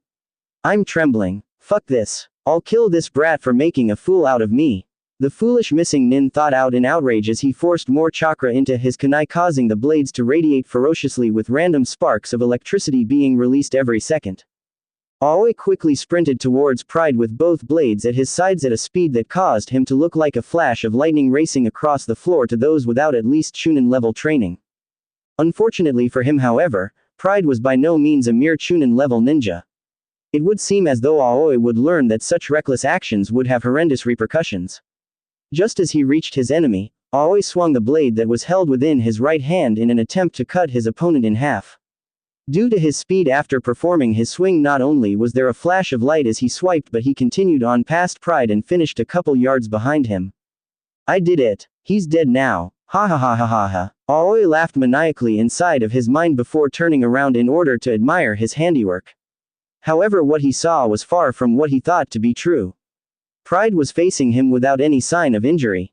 However, Aoi's entire arm was soaked with Pride's black blood. Wait, black. Before Aoi could do anything about the black blood completely covering his arm, Aoi lost his arm. His arm was not ripped off, nor was it cut off. No, the arm was completely and utterly crushed into the blood before completely absorbed. The blood condensed and condensed further and further while the arm was still attached until the pressure was too great, causing the flesh to pop like the surface of a balloon. However, at the speed at which the blood had condensed around the arm was so frightening that the friction between the black blood and the muscle fibers that connected Aoi's shoulder to his arm were immediately cauterized, removing the possibility of death by blood loss. Not only that, but due to the sheer velocity at which this was done, Aoi felt no pain from the loss of the limb, which in and of itself was quite possibly the most dangerous factor. If he had been able to feel the pain of the loss of his limb, then he would have been fearful of pride in his bloodline. However, since pain was removed from the equation, so was most of the fear that Aoi would have felt from his lost limb. Instead, this fear was replaced with anger and arrogance. Anger because he was injured, yet arrogance because he thought that he was invincible since he felt no pain from the serious wound. His instincts were then unreliable since they were torn between flight and fight. So Aoi clearly did the most illogical move he could have done in such a position. He yelled out his intentions to the enemy. "You bastard. You think that taking an arm will change anything? Hell, I didn't even feel it. That's how we," was all that pride let Aoi yell out before finally ending his life. The blood kunai still lodged into Aoi's back had never left. Pride simply decided to play with his target for once, since he had recently read about how some ninja play with their opponents before killing them. Pride found it to be illogical and a waste of time. So he simply caused the kunai he placed on Aoi to expand into giant balls with spikes. Needless to say, Aoi's body was completely destroyed and all that was left was his blood, which was now currently being absorbed into Pride's. The Raijin lay on the ground completely untouched and unharmed. Pride went to grab the blade, however the moment he came into contact with the legendary blade, a chain reaction was triggered. Almost immediately Pride's blood, without him willing it, covered the Raijin and absorbed it before returning inside of Pride. This of course surprised Pride, since he was not aware that his bloodline would react in such a way with the Raijin. However, rather than panicking, he decided to try something. He released a small amount of blood and was going to morph it into the Raijin before something even stranger occurred. Pride followed a gut feeling which he thought had been removed from himself and had his blood form a sort of oval disc that seemed to be both liquid and solid. He reached inside with his right hand. After a moment he was able to grasp something. A hilt. He drew the blade out of the blood and what he saw was not the Raijin. No. It was something entirely different, and new. The hilt was a dark reddish black, not unlike dry blood, covered in what seemed like black bandages. The bandages looked worn and faded, as though they had been through countless battles, numerous wars, and dangerous encounters. The sword had no guard, so there was an immediate transition from hilt to blade. The blade looked to be completely filled with vitality. The dull gray surface somehow shining in the darkness with an edge so sharp that by merely coming in contact with the surface Pride's skin was cut through. Upon closer inspection, Pride realized that the edge was not smooth, but rather it was serrated with minuscule protrusions that numbered well into the thousands of same shape and size in one side of the blade. Pride recalled that when the Raijin was fed chakra, the chakra would naturally be converted into lightning chakra, which was then channeled through the hilt and into the formation of the blade. What Pride received after pouring small amounts of chakra is that the blade would glow a nearly unnoticeable white. However, the blade was not only thing affected by the input of chakra. Pride's blood, which still lay on the ground and formed his clothing, began to glow the same shade of white. Upon further investigation, Pride deduced that due to his absorption of the Raijin, he was able to gain at most Junin level control over lightning. When he used the lightning chakra, his blood projectiles would move faster and also damage the nerves of the enemies more efficiently. Pride himself would also move faster and hit harder than before. His sword would cut deeper, easier, and from a longer distance if used correctly. Quickly realizing that he was wasting his master's time, he returned the blade to what he had now dubbed as the blood portal and sped towards the rebel base in order to turn in his mission report and possibly receive his punishment for causing what was once a legendary weapon to become useless to all but himself. 6 hours later. Since Pride had continued channeling the lightning chakra through his body, he had been running at Anbu level speeds, cutting his travel time in half. At least it would have had he not come across an Anbu team of 3 that were clearly loyalists to the current Mizukage. "You there. Where do you think that you are going?" asked the now identified leader of the group. He had no identifiable weapons on his aid person, so Pride assumed that he must have seals either on his clothing or his body, meaning precautions would need to be taken. The same was said for the other 2 of the group. Rather than use words, Pride decided to speak with his actions. He quickly cut deep into each of his arms using his blood from the inside out and swung his arms out quickly into the air. Before either one of the Anbu could stop him, there were hundreds of drops of blood all around the field. Of course the Anbu were confused by this until they noticed that none of the drops of blood ever hit the ground or any of the trees. They just floated in the air and glowed a ghastly white. "Run!" yelled out the leader as they all spread out trying to escape from this strange ability. However, the moment they separated from each other was the moment in which Pride attacked. He rushed forward for the leader while his blood went after the other two. Pride quickly created a blood portal and grabbed his sword.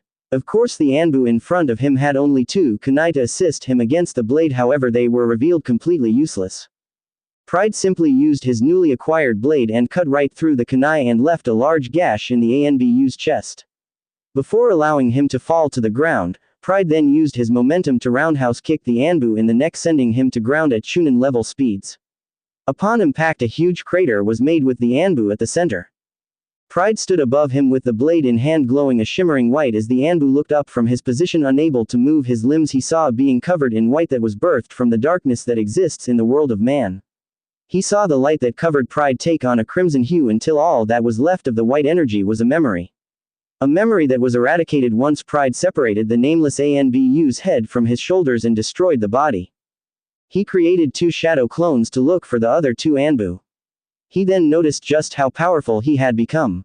Before he having absorbed the Raijin, he would have had no chance against the Anbu he had just faced, but now, he was able to move faster and strike harder. He now had new limits to test. Which also meant that he had new limits to break. He would have to inform Danzo-sama of this once he returned. 8 hours later. It's been several hours. Pride had encountered the Kiri loyalist Anbu and retrieved the Raijin along with Aoi's head inside of a scroll in order for the resistance to receive the bounty. Of course, throughout his trek back to camp, Pride had been using his vast chakra reserves to fuel what he had now dubbed as Raiden, Kaminari Steppu lightning style, lightning step, which while not taking as much chakra now as it once did during the initial 2 hours, still consumed an amount of chakra that Pride considered to be unnecessary. He would soon remedy that with increasing his chakra control and increasing the size of his reserves. He would also improve upon this new ability of his so as to become much faster, so that with a single step he could move faster than what the enemy's eyes could follow. Within moments he arrived at Mei's tent and walked inside only to find an unusual sight lying before him. In front of him were 3 young children, each around the same age as each other and roughly 1 to 2 years younger than Pride himself. When he entered the room, they faced him with apprehensive and hesitant looks on their faces. Immediately Pride began investigating them using his eyes and his brain, which at this point in his training and education was able to rival an average 10-year-old Nara. In this story all Naras are geniuses, and a 10-year-old Nara is roughly as intelligent as an 18-year-old civilian in our world. The boy on the right had snow-white hair with 2 red dots on his forehead.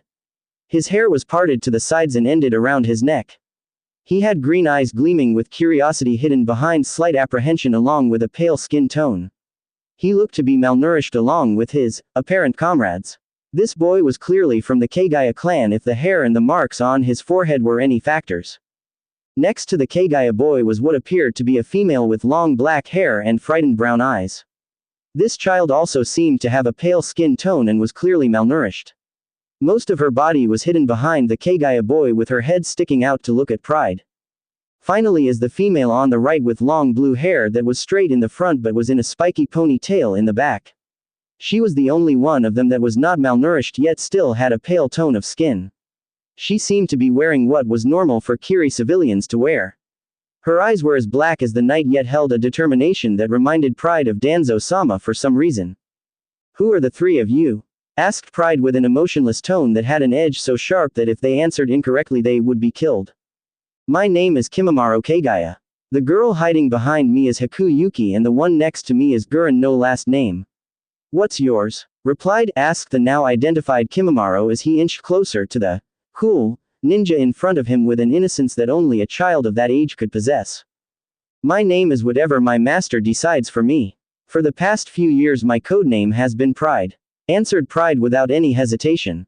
"Ah, I see you've met your new students, Pride," exclaimed Mei with a joyous voice, seeing that Pride had finally returned from his mission, impressed that it had only taken him a little under 2 days to accomplish it. "Present time. I'm afraid I do not quite understand what you mean, Mei-sama," asked Pride with slight confusion in his voice. Well then allow me to clarify, and after I clarify I expect you to fill me on the success of your mission. However, I notice the absence of a certain blade. Anyways, I am ordering you to train these 3 children to become ninja. They are also the 3 ninja that you will take back with you once you finish your mission here. That gives you extra incentive to train them as well as you can. As you've probably realized by their last names, Kimimaro and Haku both hold rare bloodlines, and so does Guren from what she has shown us. Kimimaro has the Shikatsunyaku bloodline while Haku holds the Hyouden bloodline. Guren, however, seems to have the strangest of all. She holds the Shoten bloodline. I've given you one hell of a team. I expect great things from the 4 of you. Now you 3 wait outside while Pride and I talk, okay?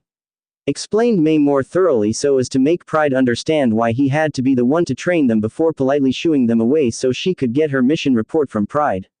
Plus they might be able to get some emotions out of him like I was able to do with him. Now then tell me how your mission went, Pride. Ordered May as she entered her serious mode, dubbed by several of her fellow ninjas. Of course May-sama. After several hours of trailing the target, Aoi Rokusho, I located him and was able to separate him from the Raijin before finally ending his life and then taking his head for the bounty. However, I have yet to turn in the bounty because of a certain development that occurred during the mission that you may wish to know about. Explained Pride as he took out the scroll that had Aoi's head sealed within it. A development? What kind of development? And would it happen to have something to do with why you haven't mentioned where the Raijin no Ken is now? Asked May as she took the scroll and made sure that the head was indeed from Aoi. When I grabbed the Raijin, a chain reaction occurred between it and my blood. My blood reacted violently and absorbed the legendary blade. The blade now flows within my bloodstream. Stated Pride with complete seriousness as May looked at him with narrowed eyes and slight skepticism. So you are telling me that your blood absorbed one of the most powerful blades in existence, against your own orders, and you are perfectly fine and unharmed? Asked May with an incredulous tone of voice as she relayed to him how far-fetched this sounded. If you would like I can show you some proof that my blood assimilated the blade as well as its abilities. Would you prefer I show you now or at some other time of your choosing? Asked Pride as he began gathering blood to form a blood portal on his right side. I'll have you show me it tomorrow in a spar against Zabuza. If you've really absorbed the legendary Raijin, then I'll have Zabuza teach you Kenjutsu as well as the silent killing technique that he and the other swordsmen of the mist have perfected. Right now however I want you to familiarize yourself with your new team. Once you've at least tested their abilities, come back here and report to me what you've learned. Dismissed. Stated May before returning to whatever she was working on before Pride arrived. Hi May-sama. Replied Pride before walking out of the tent and being greeted by 3 6-year-old kids staring at him. Grab onto my arm, commanded Pride as he gathered his chakra and waited until they all grabbed onto him. While they were hesitant to do so, they followed his order and grabbed onto his left arm. Once all 3 had grabbed on, they all disappeared with only a few drops of blood in their place. Random rebel training ground. The 4 of them had just arrived from Pride's signature Kai Shunshin, and while Pride was used to the sudden teleportation, his 3 students were not and promptly emptied their stomach contents onto the ground below them. Fortunately for Pride, none of the vomit got on his clothes. My apologies. I had not realized that your bodies were not yet accustomed to the aftereffects caused by the just you. I assumed that you 3 had already received at least some form of ninja training. Apologized Pride as he stared at the 3 of them with an analytic look on his face under his mask. Of course we haven't had any training. We're only 6 years old. Yelled Kimimaro once he finished throwing up. Quote. I am nearly 8 years old. My training began when I was 5 years old. I have learned dozens of jutsu before receiving my bloodline and then created a few of my own. Age is but a number. A shinobi can be taken out by someone half their age if they are unprepared and underestimate their opponent. Explained Pride to the 3 of them before motioning them to sit on the nearby fallen branch that was now acting as a bench for them. So you're really only 8 years old? Questioned Guren with her arms folded against her chest and a look of skepticism on her face. I am. I only appear to be older because of an unexpected side effect brought on by my bloodline. I will show you what my bloodline is once I've trained you in the basics of the ninja arts. Responded Pride with his usual lack of emotion. Anyo, why don't you show any emotions? Asked a nervous Haku who held a tight grip on Kimimaro's arm. This question of course drew the attention of her 2 teammates and friends. They also wanted to know the answer to that question but were still too wary of their new sensei to ask the question. Haku of course was nervous and wary of the boy. Was it right to call him that now that he had already taken the lives of others, in front of them, but she felt as though at some level he was just like they were. Orphans. I do not show emotions because I no longer have any emotions to show. Emotions are a weakness that I no longer have thanks to my master. Emotions will simply get in the way of a ninja's duty and mission. Explained Pride as he began removing his mask from face, revealing his pale skin, his black sclera and red eyes, his unique pointy ears, and finally his elongated canines that poked out from just under his upper lip. This is what I look like under the mask. From what I understand, a sensei must form a bond with his students in order to promote loyalty. You have now seen my face. That is a luxury that very few people on this planet have earned. Stated Pride before putting his mask back on. So what you look like, is that caused by your bloodline? Asked Kimimaro with a child's curiosity. Baka. That's rude to ask, yelled Gurren before promptly smacking the back of his head. Now apologize. He doesn't need to apologize.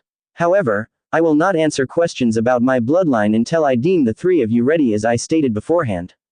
Stated Pride before activating one of the seals on his hands, causing 3 pieces of chakra paper to be released and fall into his right palm. These pieces of paper are known as chakra paper. All you need to do is channel a small amount of your chakra to the paper.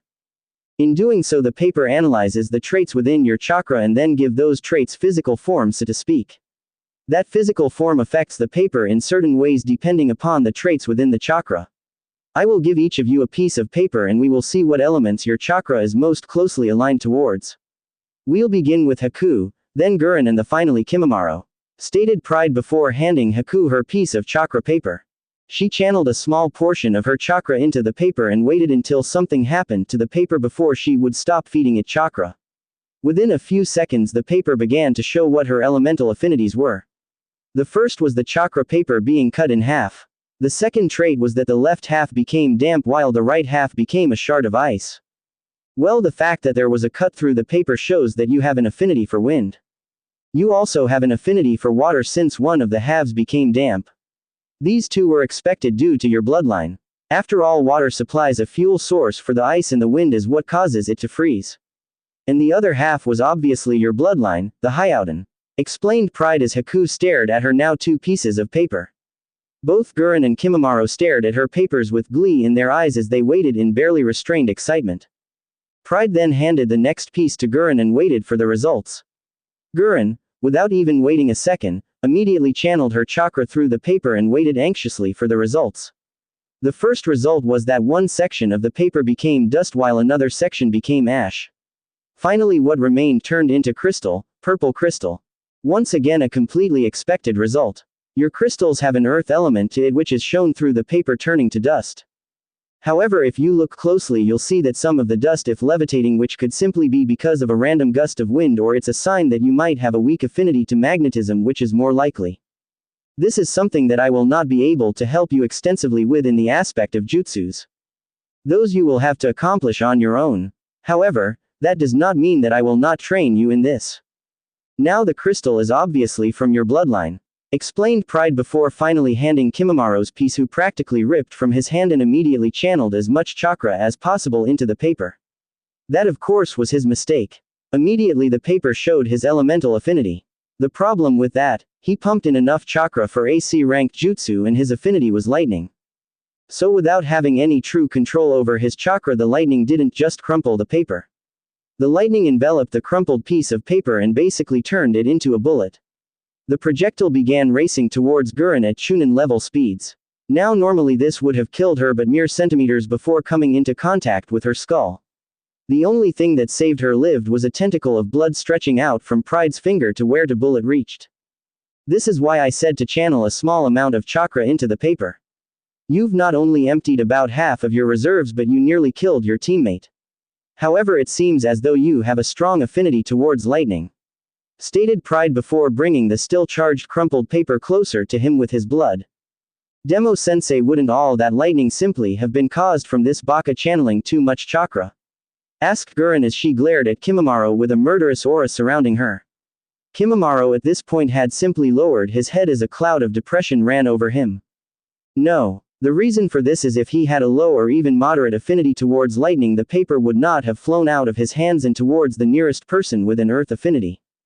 However, since he had a high affinity towards lightning, the paper did just that and went towards Gurren had I not stopped it.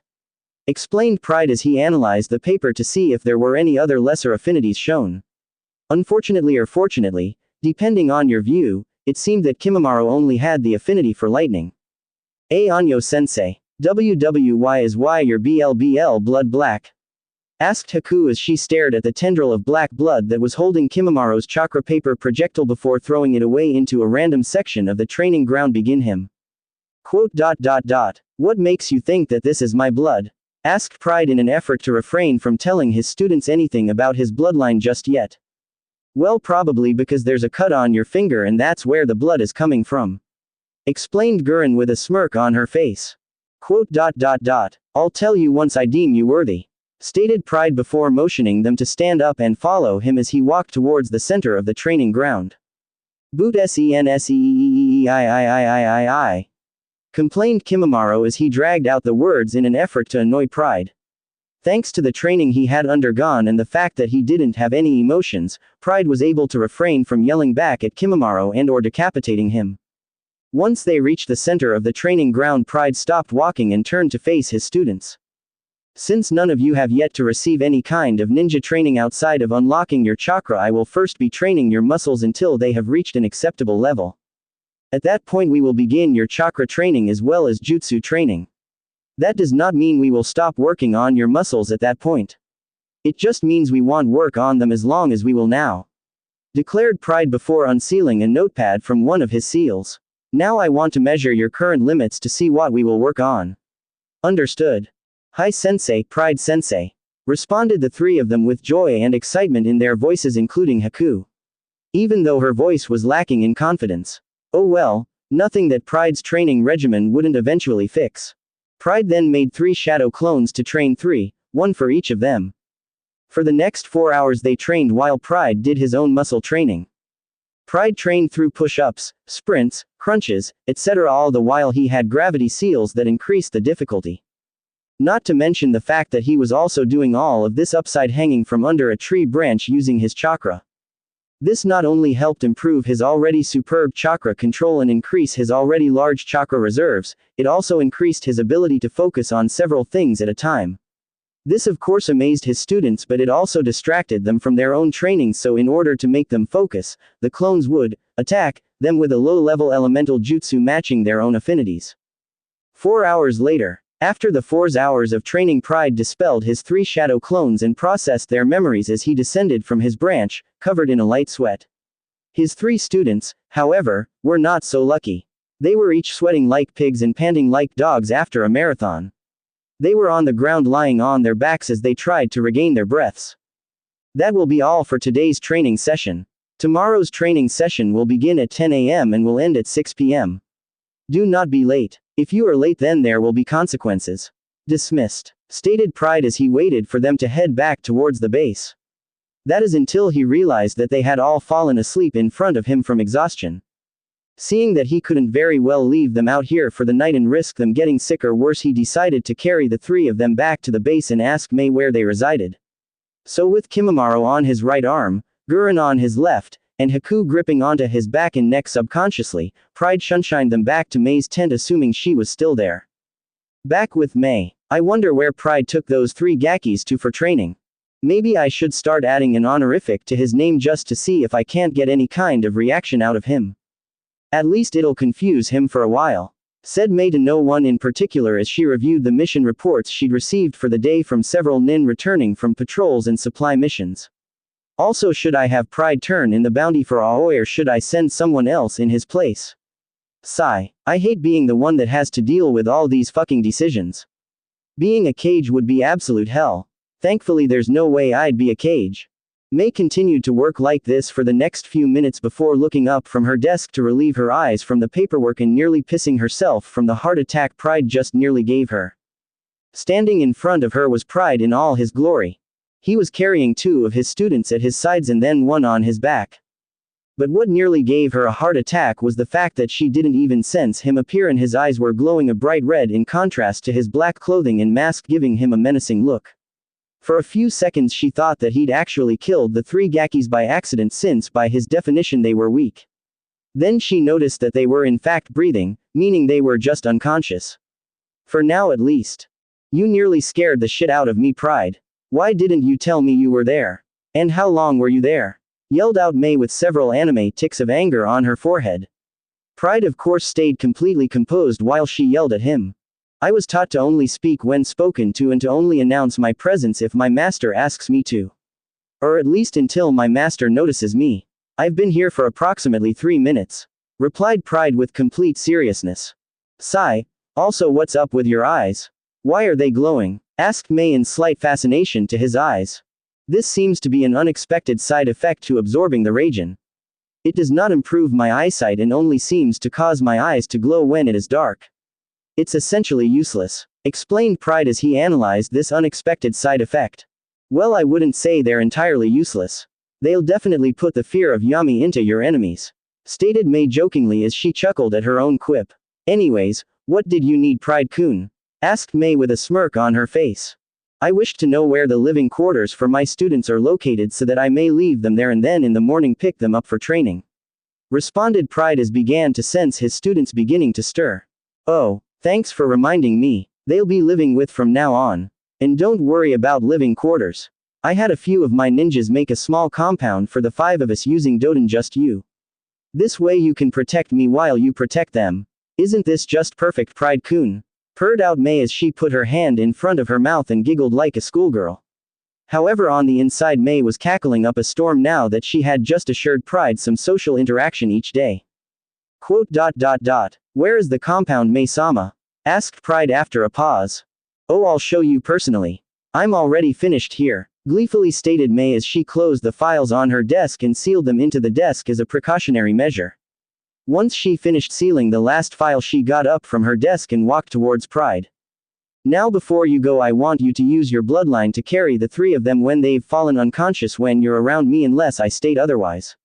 Ordered May with a playful grin on her face and playfulness shining through her visible eye. Pride did as he was ordered, so now behind the both of them were the 3 children wrapped in cocoons of his solidified blood floating in midair. Is this satisfactory, May-sama? Questioned Pride as he now discovered a new training exercise to work on his control over his bloodline. Then May did something he certainly didn't expect. She wrapped her arm with his and began leading him towards the compound. Yes. Very satisfactory indeed, Pride-kun. Giggled out May as she felt him tense up at such close contact. Don't worry, I'm not attacking you, Pride-kun. I'm simply guiding you to the compound and teaching how you should guide women to their homes should you ever get a date in the future. Kami knows you could use a girlfriend. May-sama, what is a date and what is a girlfriend? Asked Pride as they continued walking with the human blood burritos following closely by. Sigh. You have a lot to learn, Pride-kun. But worry not. May-ne-chan will teach you in everything you'll need to know about a date and a girlfriend. Mwahahaha. Any normal person at this point would have been at least a little bit frightened at this point. Good thing Pride was anything but normal. While they walked towards the compound, many men glared in jealousy at Pride for having the luck of not only living with May but also being able to have such close and intimate contact with her. Others, such as Zabuza and Ao, felt pity for the poor boy since he was likely to suffer May's constant onslaught of perverse situations in an attempt to get any kind of emotions out of him. So together the 2 of them prayed for the young boy's soul.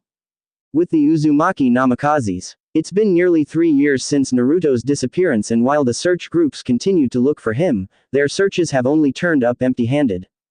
Over the years the groups have gotten smaller and smaller since Minato understood that he couldn't simply prevent his ninjas from taking missions because of his mistakes. So he stopped the searches after about 3 months of dead ends. However, there were a few people still willing to search for the boy and continued to do so in their spare time as well as during their missions that took them outside of Hai no Kuni. These people were Itachi Uchiha, Kakashi Hatake, Jiraiya, Tsunade Senju, Kurenai Yuhi, Anko Mitarashi, Asuma Sarutobi, Sum Inuzuka, Hana Inuzuka, Maida Gai, Hiyashi Hyuga, and most of the people from their clans. These people never lost heart because on the slim chance that Naruto was still alive, how would they be able to face their good friends and mentors Kushina and Minato knowing that they had given up? So during every mission that they went on that took them outside of the village, they would question anyone they found if they had seen a young boy with blonde hair, red eyes, pointed ears, slightly sharp teeth, and approximately 7 to 8 years of age in appearance. Each time it would be a bust. They were all wasting their time because they were looking for the wrong traits, and the only ones that knew this were Itachi Uchiha, Kakashi Hatake, and Minato Namikaze. And even then they were not completely certain that Pride was in fact Naruto Uzumaki Namikaze. At least not yet anyways. At the moment Minato could be found at his desk within the Hokage Tower in the center of the village, filling out paperwork and approving or vetoing several pieces of documents that the civilian council wanted passed into bills or laws. He was doing this while he waited for a certain 4 shinobi to arrive in his office for a mission he was about to assign them on. He just hoped that Tsunade would listen through his entire explanation before kicking his ass all through Konoha. Several shivers went up his spine as he remembered the day she finally came back to Konoha after she had heard the news that one of her godchildren had gone missing. Flashback no Jutsu, 2 months after Naruto's disappearance. It had been 2 months since Naruto had disappeared from the village, and if one were to look they would have thought that he had just gone missing the day before. There were genin teams looking throughout the village for the boy, while all shinobi of rank Chunin and higher were sent in search parties. Junin rank and higher went sent out in small teams consisting of 2 Junins and 1 Anbu operative into the other elemental nations. Fortunately or unfortunately, depending on who you ask, Tsunade found out about Naruto's disappearance from one of the Chunin search parties that were asking around the casino she was in if they had seen the boy. When seeing that they were from Konoha, she asked them what they were doing in a casino looking for a young child. Especially when she's the one that's in the casino. They said that he was the Hokage's son and had disappeared a couple months prior. That's all they were able to tell her before they ran away in horror, screaming like little girls. Tsunade was absolutely pissed. She was completely enveloped in chakra and her twin pigtails waved around dangerously behind her. Her eyes glowed in anger and the ground beneath cracked beneath her rage. Shizune immediately ran out of the bathroom in preparation for an attack when she saw her master enveloped with chakra. When Tsunade turned her head to face Shizune, Shizune was started to have second thoughts about having left the bathroom. Shizune, pack our bags, we're going to Konoha. Minato-chan's got some explaining to do. Roared out the mighty beast known as Angry Tsunade. Almost as if she were the Yellow Flash herself, Shizune managed to run to their hotel, pack their bags, and run back into the casino with a minute or so. By that time Tsunade had stopped releasing her chakra like a flare, but with each step she took there was a deep impression of her foot left in its place. Back in Konoha. Why do I suddenly have the urge to run for my life? Oh well, I'm probably just imagining it. Thought Minato as he continued reading through several reports he received from patrols in Kase no Kuni and Mizu no Kuni. So far still no luck in finding Naruto. Not even a clue as to where he may have gone or if someone had taken him by force. The only lead they had was that the last place that Naruto had been before the trail went cold was the Hokage monument. More specifically on top of the Sandame's head. However, this didn't really mean anything since many of the Anbu and ninja knew that Naruto enjoyed going up there whenever he could. He would often ask them to carry him there when he was younger. His parents never minded, thinking that it was cute of him to pay his respects to the man that gave his life to save his village. Maybe if they had made sure that he had an Anbu watching over him, then this might not have happened. And that's how Minato spent his days for the last couple of months. Thinking about what he could have done, should have done for his son, Naruto. That's how he spent the rest of the day before returning home to comfort his wife and children and whipping up some dinner for them to eat. 1 week later. It's been 1 week since Tsunade heard about Naruto's disappearance, and she was just coming up to Konoha's main gates dragging Jiraiya by his ridiculously long white mane. She left in her wake a trail of craters in the shape of her feet, and Jiraiya was covered in bruises and looked to have at least a couple broken bones. Shizune, once she had heard from Tsunade about Naruto, was just as furious, and while she didn't have Tsunade's super strength, she did have her extensive arsenal of poisons which could be shown from the various senbon pierced throughout his body and foam coming out of his mouth. At the gates with the eternal Chunin, Azumo and Katetsu were on guard duty as always. Katetsu had black spiky hair that went everywhere with a bandage going from one cheek, over his nose, and to the other cheek. He had his Hitai-8 on his forehead like most. Azumo wore a blue bandana with the Hitai-8 sewn into it. covered the top of his head, but his brown hair came down and covered his right eye from view. They both wore regular Konoha Chunin outfits. So Izumo, why the hell are we still stuck with fucking gate duty when almost every other Chunin are outside of the village looking for little Naruto? I may not have seen the little guy often, but whenever he came by he'd always thanks us for out hard work in protecting the village. He made us feel needed, ya know. He didn't deserve the shit that the village made him put up with just cause he looked a little different. Stated Kotetsu with a remorseful tone of voice as he looked up at the clouds wondering where the kid was. Yay, I know where you're coming from. The little guy never belittled our job. Hell, he was even fascinated and impressed by what we did. He thought that we were amazing for having so much patience. I hope they find him soon, replied Izumo as he looked towards the road to see if anyone was approaching the village. As luck would have it, however, they both felt the incoming calamity before they saw her. They saw Tsunade coming from the horizon with her green-tinted chakra flaring while Shizune's green-tinted chakra was also flaring next to her. Once they had gotten closer to the gate, they saw that she had Jiraiya by the hair covered in bruises with some possible broken bones. As that, began Izumo as he began trembling in fear of Tsunade's and Shizune's womanly fury. Yup, and I don't think that Naruto would fault us for just letting her pass by, right? Asked Kotetsu as he began making room for Tsunade and Shizune to pass through. The little guy would understand. I'm sure of it, replied Izumo as he too waited for Tsunade and Shizune to pass them and head towards their designated target. Luckily for them, the two angered women passed them by and continued on their way without so much as glancing at them. A thought entered both of their minds at the same time. Hell hath no fury like a woman scorned. With Minato. What the hell is causing these fucking quakes? Wondered Minato as felt the quakes soon after Tsunade entered the village, though he didn't know that detail just yet. He soon began to feel the source of the quakes just outside his door. He readied his special tri-pronged kunai in a reverse grip in each hand. Imagine his surprise when Tsunade Senju was the one kicking down his door, dragging Jiraiya by the hair, and causing these menacing quakes. Tsunade Ka-san, what are you doing here? I thought you weren't ready to return yet. Squealed Minato as he tried to hide behind his desk, his courage and skill seemingly forgotten in front of his mother figure's rage. Once Shizune entered, she closed the door behind her and crossed her arms in front of her chest, glaring holes into Minato's skull. In response to his questions, Tsunade's chakra flared even more violently. She threw Jiraiya at Minato's desk, causing said desk to erupt into an explosion of wooden shards.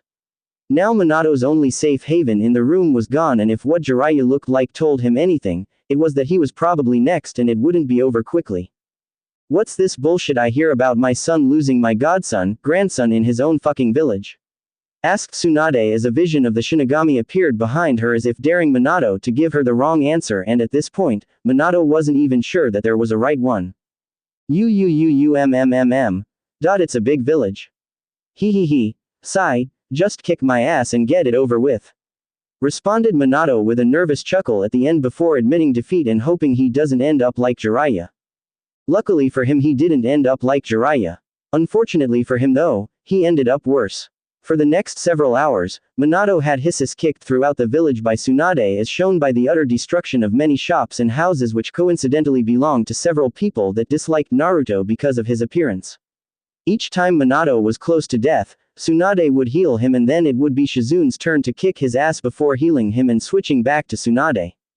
Now where were his trusty Anbu and ninja during this entire ordeal? They were all standing by in complete fear. They agreed to risk their lives for him, but when you're facing an enemy that can heal you from the brink of death and then continue to kick your ass, you tend to give them a lot of leeway. Anyways, after putting Minato into a state worse than Jiraiya's, they dragged his near-dead body to the Namikaze compound, and with the lack of natural light and the fact they were dragging two near-death people, both Tsunade and Shizune looked extremely menacing. They next targets: Kushina Uzumaki Namikaze, Mito Uzumaki, and Menma Namikaze. Of course Kushina was the only one of the three that would get any kind of a physical beating, while the other two would get a verbal lashing of a lifetime. Too bad Minato would be unconscious for all of that, along with Jiraiya, since they wouldn't wake up for another couple days from the hell they just experienced. Flashback no Justu. Kai. Every time he thought of that day, shivers would go down his spine, and he suspected the same could be said for Jiraiya.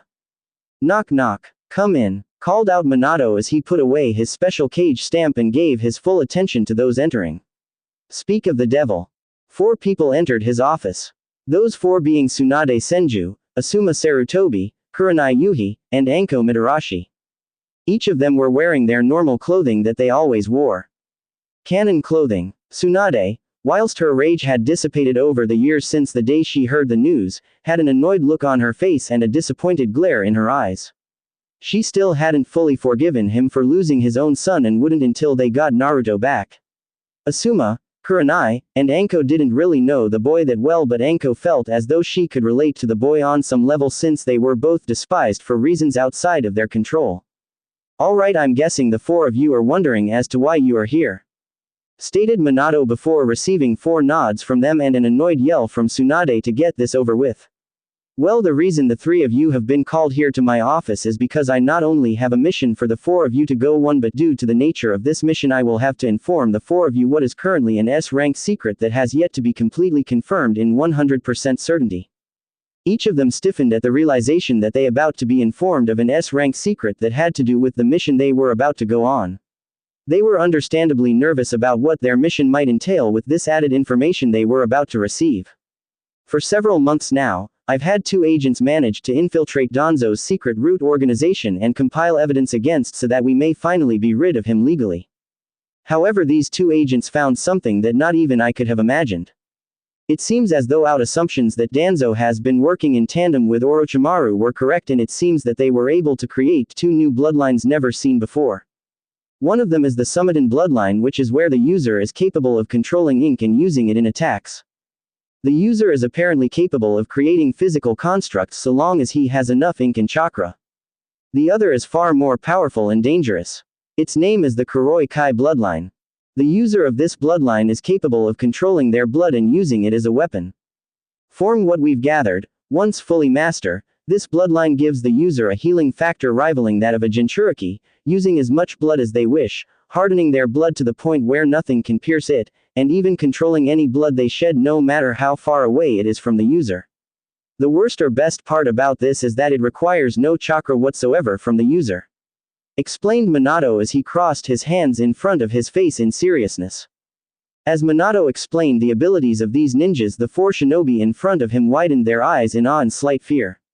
If Danzo managed to create an army of these supercharged ninjas, then there would be no one to stand in his way. After all, if they didn't need to use chakra for their attacks, then how would regular ninja be able to match them in battle when their chakra is being consumed with each jutsu they use? However, these do not come without side effects, it seems. For the Summonin, the only recorded side effects are the darkening of the hair and eyes as well as the paling of the skin. It also seems to make the user rather thin. The Kuroi Kai bloodline has stronger side effects, it seems. The side effects are as follow: gray skin, blackened blood, denser muscles, darkened hair, increases height growth, and accentuates other physical traits. Yet all of this comes at a cost for the Kuroi Kai user. It seems as though their emotions are either destroyed, lost, or sealed away once the bloodline fully integrates with its new host. So far it seems to be irreversible, explained Minato as his hands began trembling in both anger and grief. At this point, each and every one of the people inside of the room were absolutely disgusted at the lengths Danzo went in order to create the perfect weapon. To not only change their appearances but to also remove their emotions.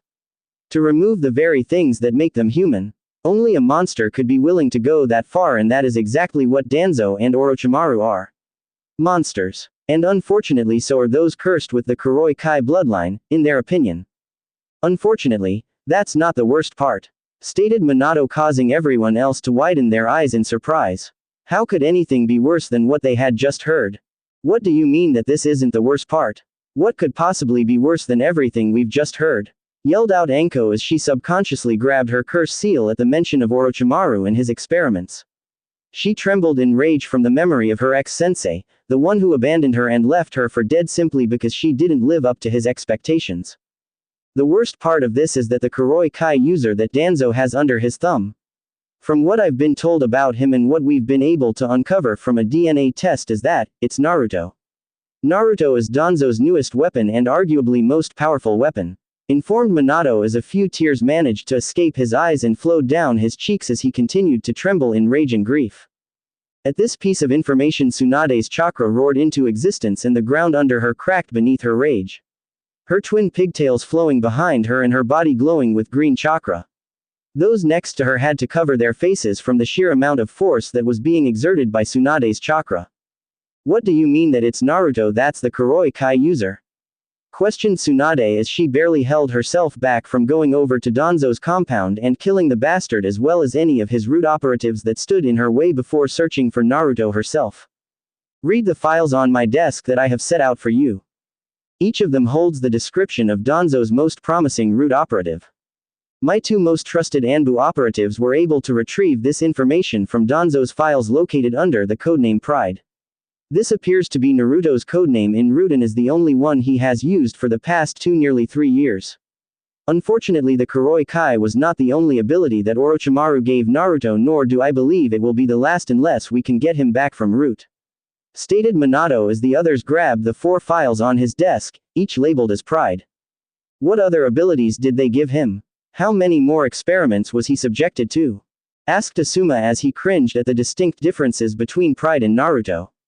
He would have thought that he was looking at a corpse by color of the boy's skin, and he would have thought that he was a teenager by his outward appearance had it not been stated in the file his exact age and date of birth.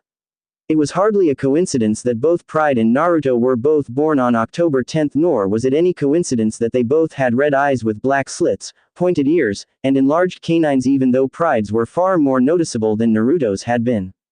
Apparently Naruto, or rather, Pride no longer needs to sleep and goes into a paralyzed-like state when he runs low or out of chakra. So long as he has enough chakra, he can stay completely awake and active without impeding his abilities.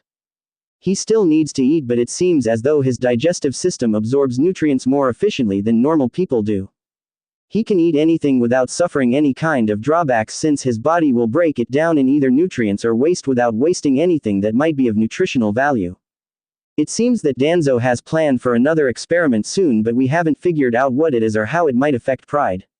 However, it seems that once he returns from his current mission the experiment will go underway. Finished Minato as he stood up and walked out onto his balcony, gazing upon his village and the blue sky above them. On the horizon, it seemed as though a storm was approaching. I'm gonna go out on a limb here, but I'm guessing that Naruto's mission has something to do with ours. And if you're so sure that it's Naruto, then why did you say that this information wasn't 100% confirmed? Asked Kurenai as she put down the file with compassionate eyes as her innate motherly instincts kicked in. Her heart went out to the boy, who was treated unfairly simply because he was different than other people. He reminded her a little bit of Hinata, who rather than looking differently than the rest of her family, was compassionate and kind rather than arrogant and pompous like most of her branch of the family. You are correct in assuming that Naruto will be a part of your mission, and the reason why this isn't a 100% confirmation is because of the blood test. While it confirms that he is related to both myself and Kushina, there seems to be a third party in there that isn't related to either of us. It's as though he were our grandson rather than our son. We've tried over 200 other DNA streams from over 200 other people, but none of them match, not even Orochimaru's DNA is a match for this. I'm still having my Anbu run the tests, but I don't know if the DNA belongs to anyone within Konoha. Now as for your mission, I am sending the 4 of you as a support team for the Kiri rebel faction led by Mei Terumi. Naruto had already been sent over there under Danzo's orders, but they believe that he went there under mine. You are not to correct them. You inform them that you are another team sent in to assist with anything they may need. You will be staying there for the duration of the war as well as monitoring Naruto's behavior. Try to see if he told Mei his real name. And make sure that for the duration of the mission you address him as Pride unless stated otherwise by either Mei or Naruto himself. You leave in the morning and I'm assigning this mission as an S rank, good luck. Dismissed. Finished Minato before returning to the paperwork that was still on his desk and not on the floor thanks to Tsunade's chakra outburst earlier. And with that the 4 of them returned to their apartments compounds to prepare their bags with anything and everything they may need for this long-term S-rank mission. Each of them filled with a flame that energized them for the journey ahead. They were going to find out whether Naruto was truly a root operative or if it was simply an experiment created by Orochimaru that contained Minato's, Kushina's, and some third party's DNA. In Sunagakur, it seems as though I will need to send my children out of the village for their own safety. I can't risk having that snake using them like his personal guinea pigs should he kill me in the future. But who can I send them to that I can trust? Wondered aloud the current cage of Sunagakur as he ran his hands through his short red hair in frustration of the events that were unfolding before him and that would unfold later on. Events that he would have no control over. It needs to be someone that won't see them as some bargaining chip or as some weapon to use in battle. It has to be someone that will see them for who they are and treat them accordingly. Children who have lost their mother and will soon lose their father. But who? Thought Sabaku no Rasa, father to Sabaku no Tamari, Sabaku no Konkuro, and Sabaku no Kaya. He truly worried for his 2 daughters and only son. They were all he truly had left in this world that really mattered to him. He swore to his dying wife that he would protect them from harm for as long as he lived. He failed Kaya 3 years ago, but he wouldn't fail them again. Of course, he'll definitely take care of them. After all, we may be from opposing villages, but we're still friends, and considering his experience with Kaya's situation, he'll be able to understand what she's going through better than I can. I just have to make the arrangements and have my hawk arrive just before they do so that he has no choice but to take them in without asking too many questions. Exclaimed Rasa before beginning to work on the paperwork that could very well save the lives of his 3 children and, unknown to him, the life of one Naruto Uzumaki Namikaze. Back with Pride. Pride had just gotten out of an intense lecture on the finer qualities of dating and girlfriends from May, as well as an in-depth explanation on the subject of sex and its several meanings. Needless to say, May really enjoyed talking about that last one and practically ordered Pride to take a copy of a strange orange book that was supposedly written by the legendary Toad Sanin, Jiraiya. According to May, the book would teach him everything that he could hope to learn about the finer points of how to please a woman, along with techniques that he could use to interrogate a female when they're in bed. Luckily for the both of them, Pride had left the 3 brats in their rooms before being bombarded by May's lectures. It was beginning to darken outside, so Pride decided to leave 4 Kai Bunchins to protect the remaining residents of the compound while creating several more cage Bunchins to guard the compound and make sure no one untrustworthy entered the compound without May's or his own direct order. Pride then left the compound in order to do some late-night training. He hadn't had the opportunity to truly train for several days, so he would train while he could and would return before anyone in the compound awoke. While traveling through the trees, Pride decided it was time for him to eat something, considering he hadn't really eaten anything since 2 days ago. He unsealed some chicken teriyaki on a plate out of his right shoulder while unsealing a pair of chopsticks out of the back of his left hand. As he brought the food to his mouth, the mask formed a hole where his mouth was so that he could feed himself without needing to remove his mask. Really? Chicken teriyaki? You could have gone for some ribs or even some udon. Eat something with a little bit of color at least. Yelled out an unknown voice.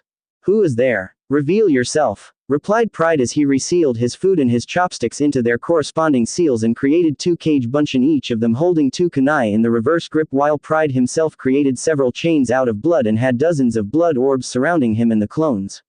He used his sensor ability to see where this unknown advisory was hiding so that he may dispose of him quickly and inform May of their presence.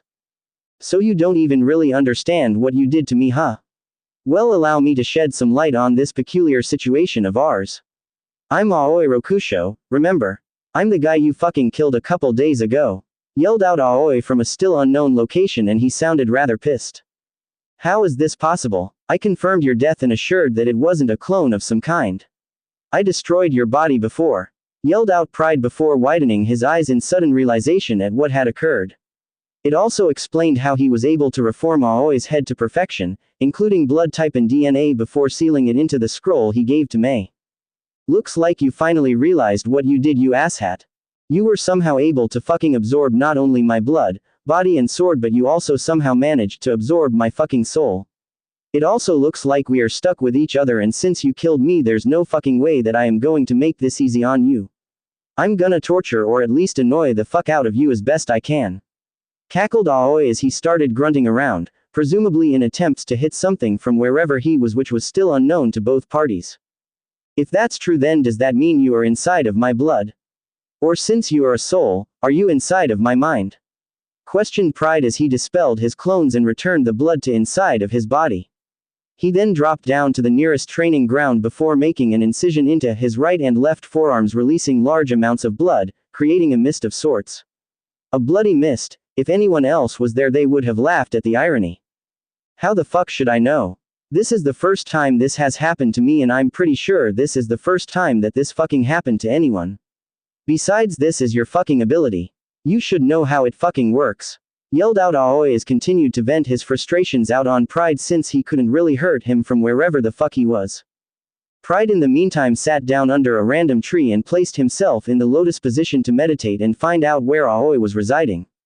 Although Aoi was providing several distractions with his constant shouting and whining, Pride was finally able to locate Aoi's energy within himself and reach towards it with his mind. Suddenly Pride was pulled into what he would come to label as his soulscape. Inside of Pride's soulscape.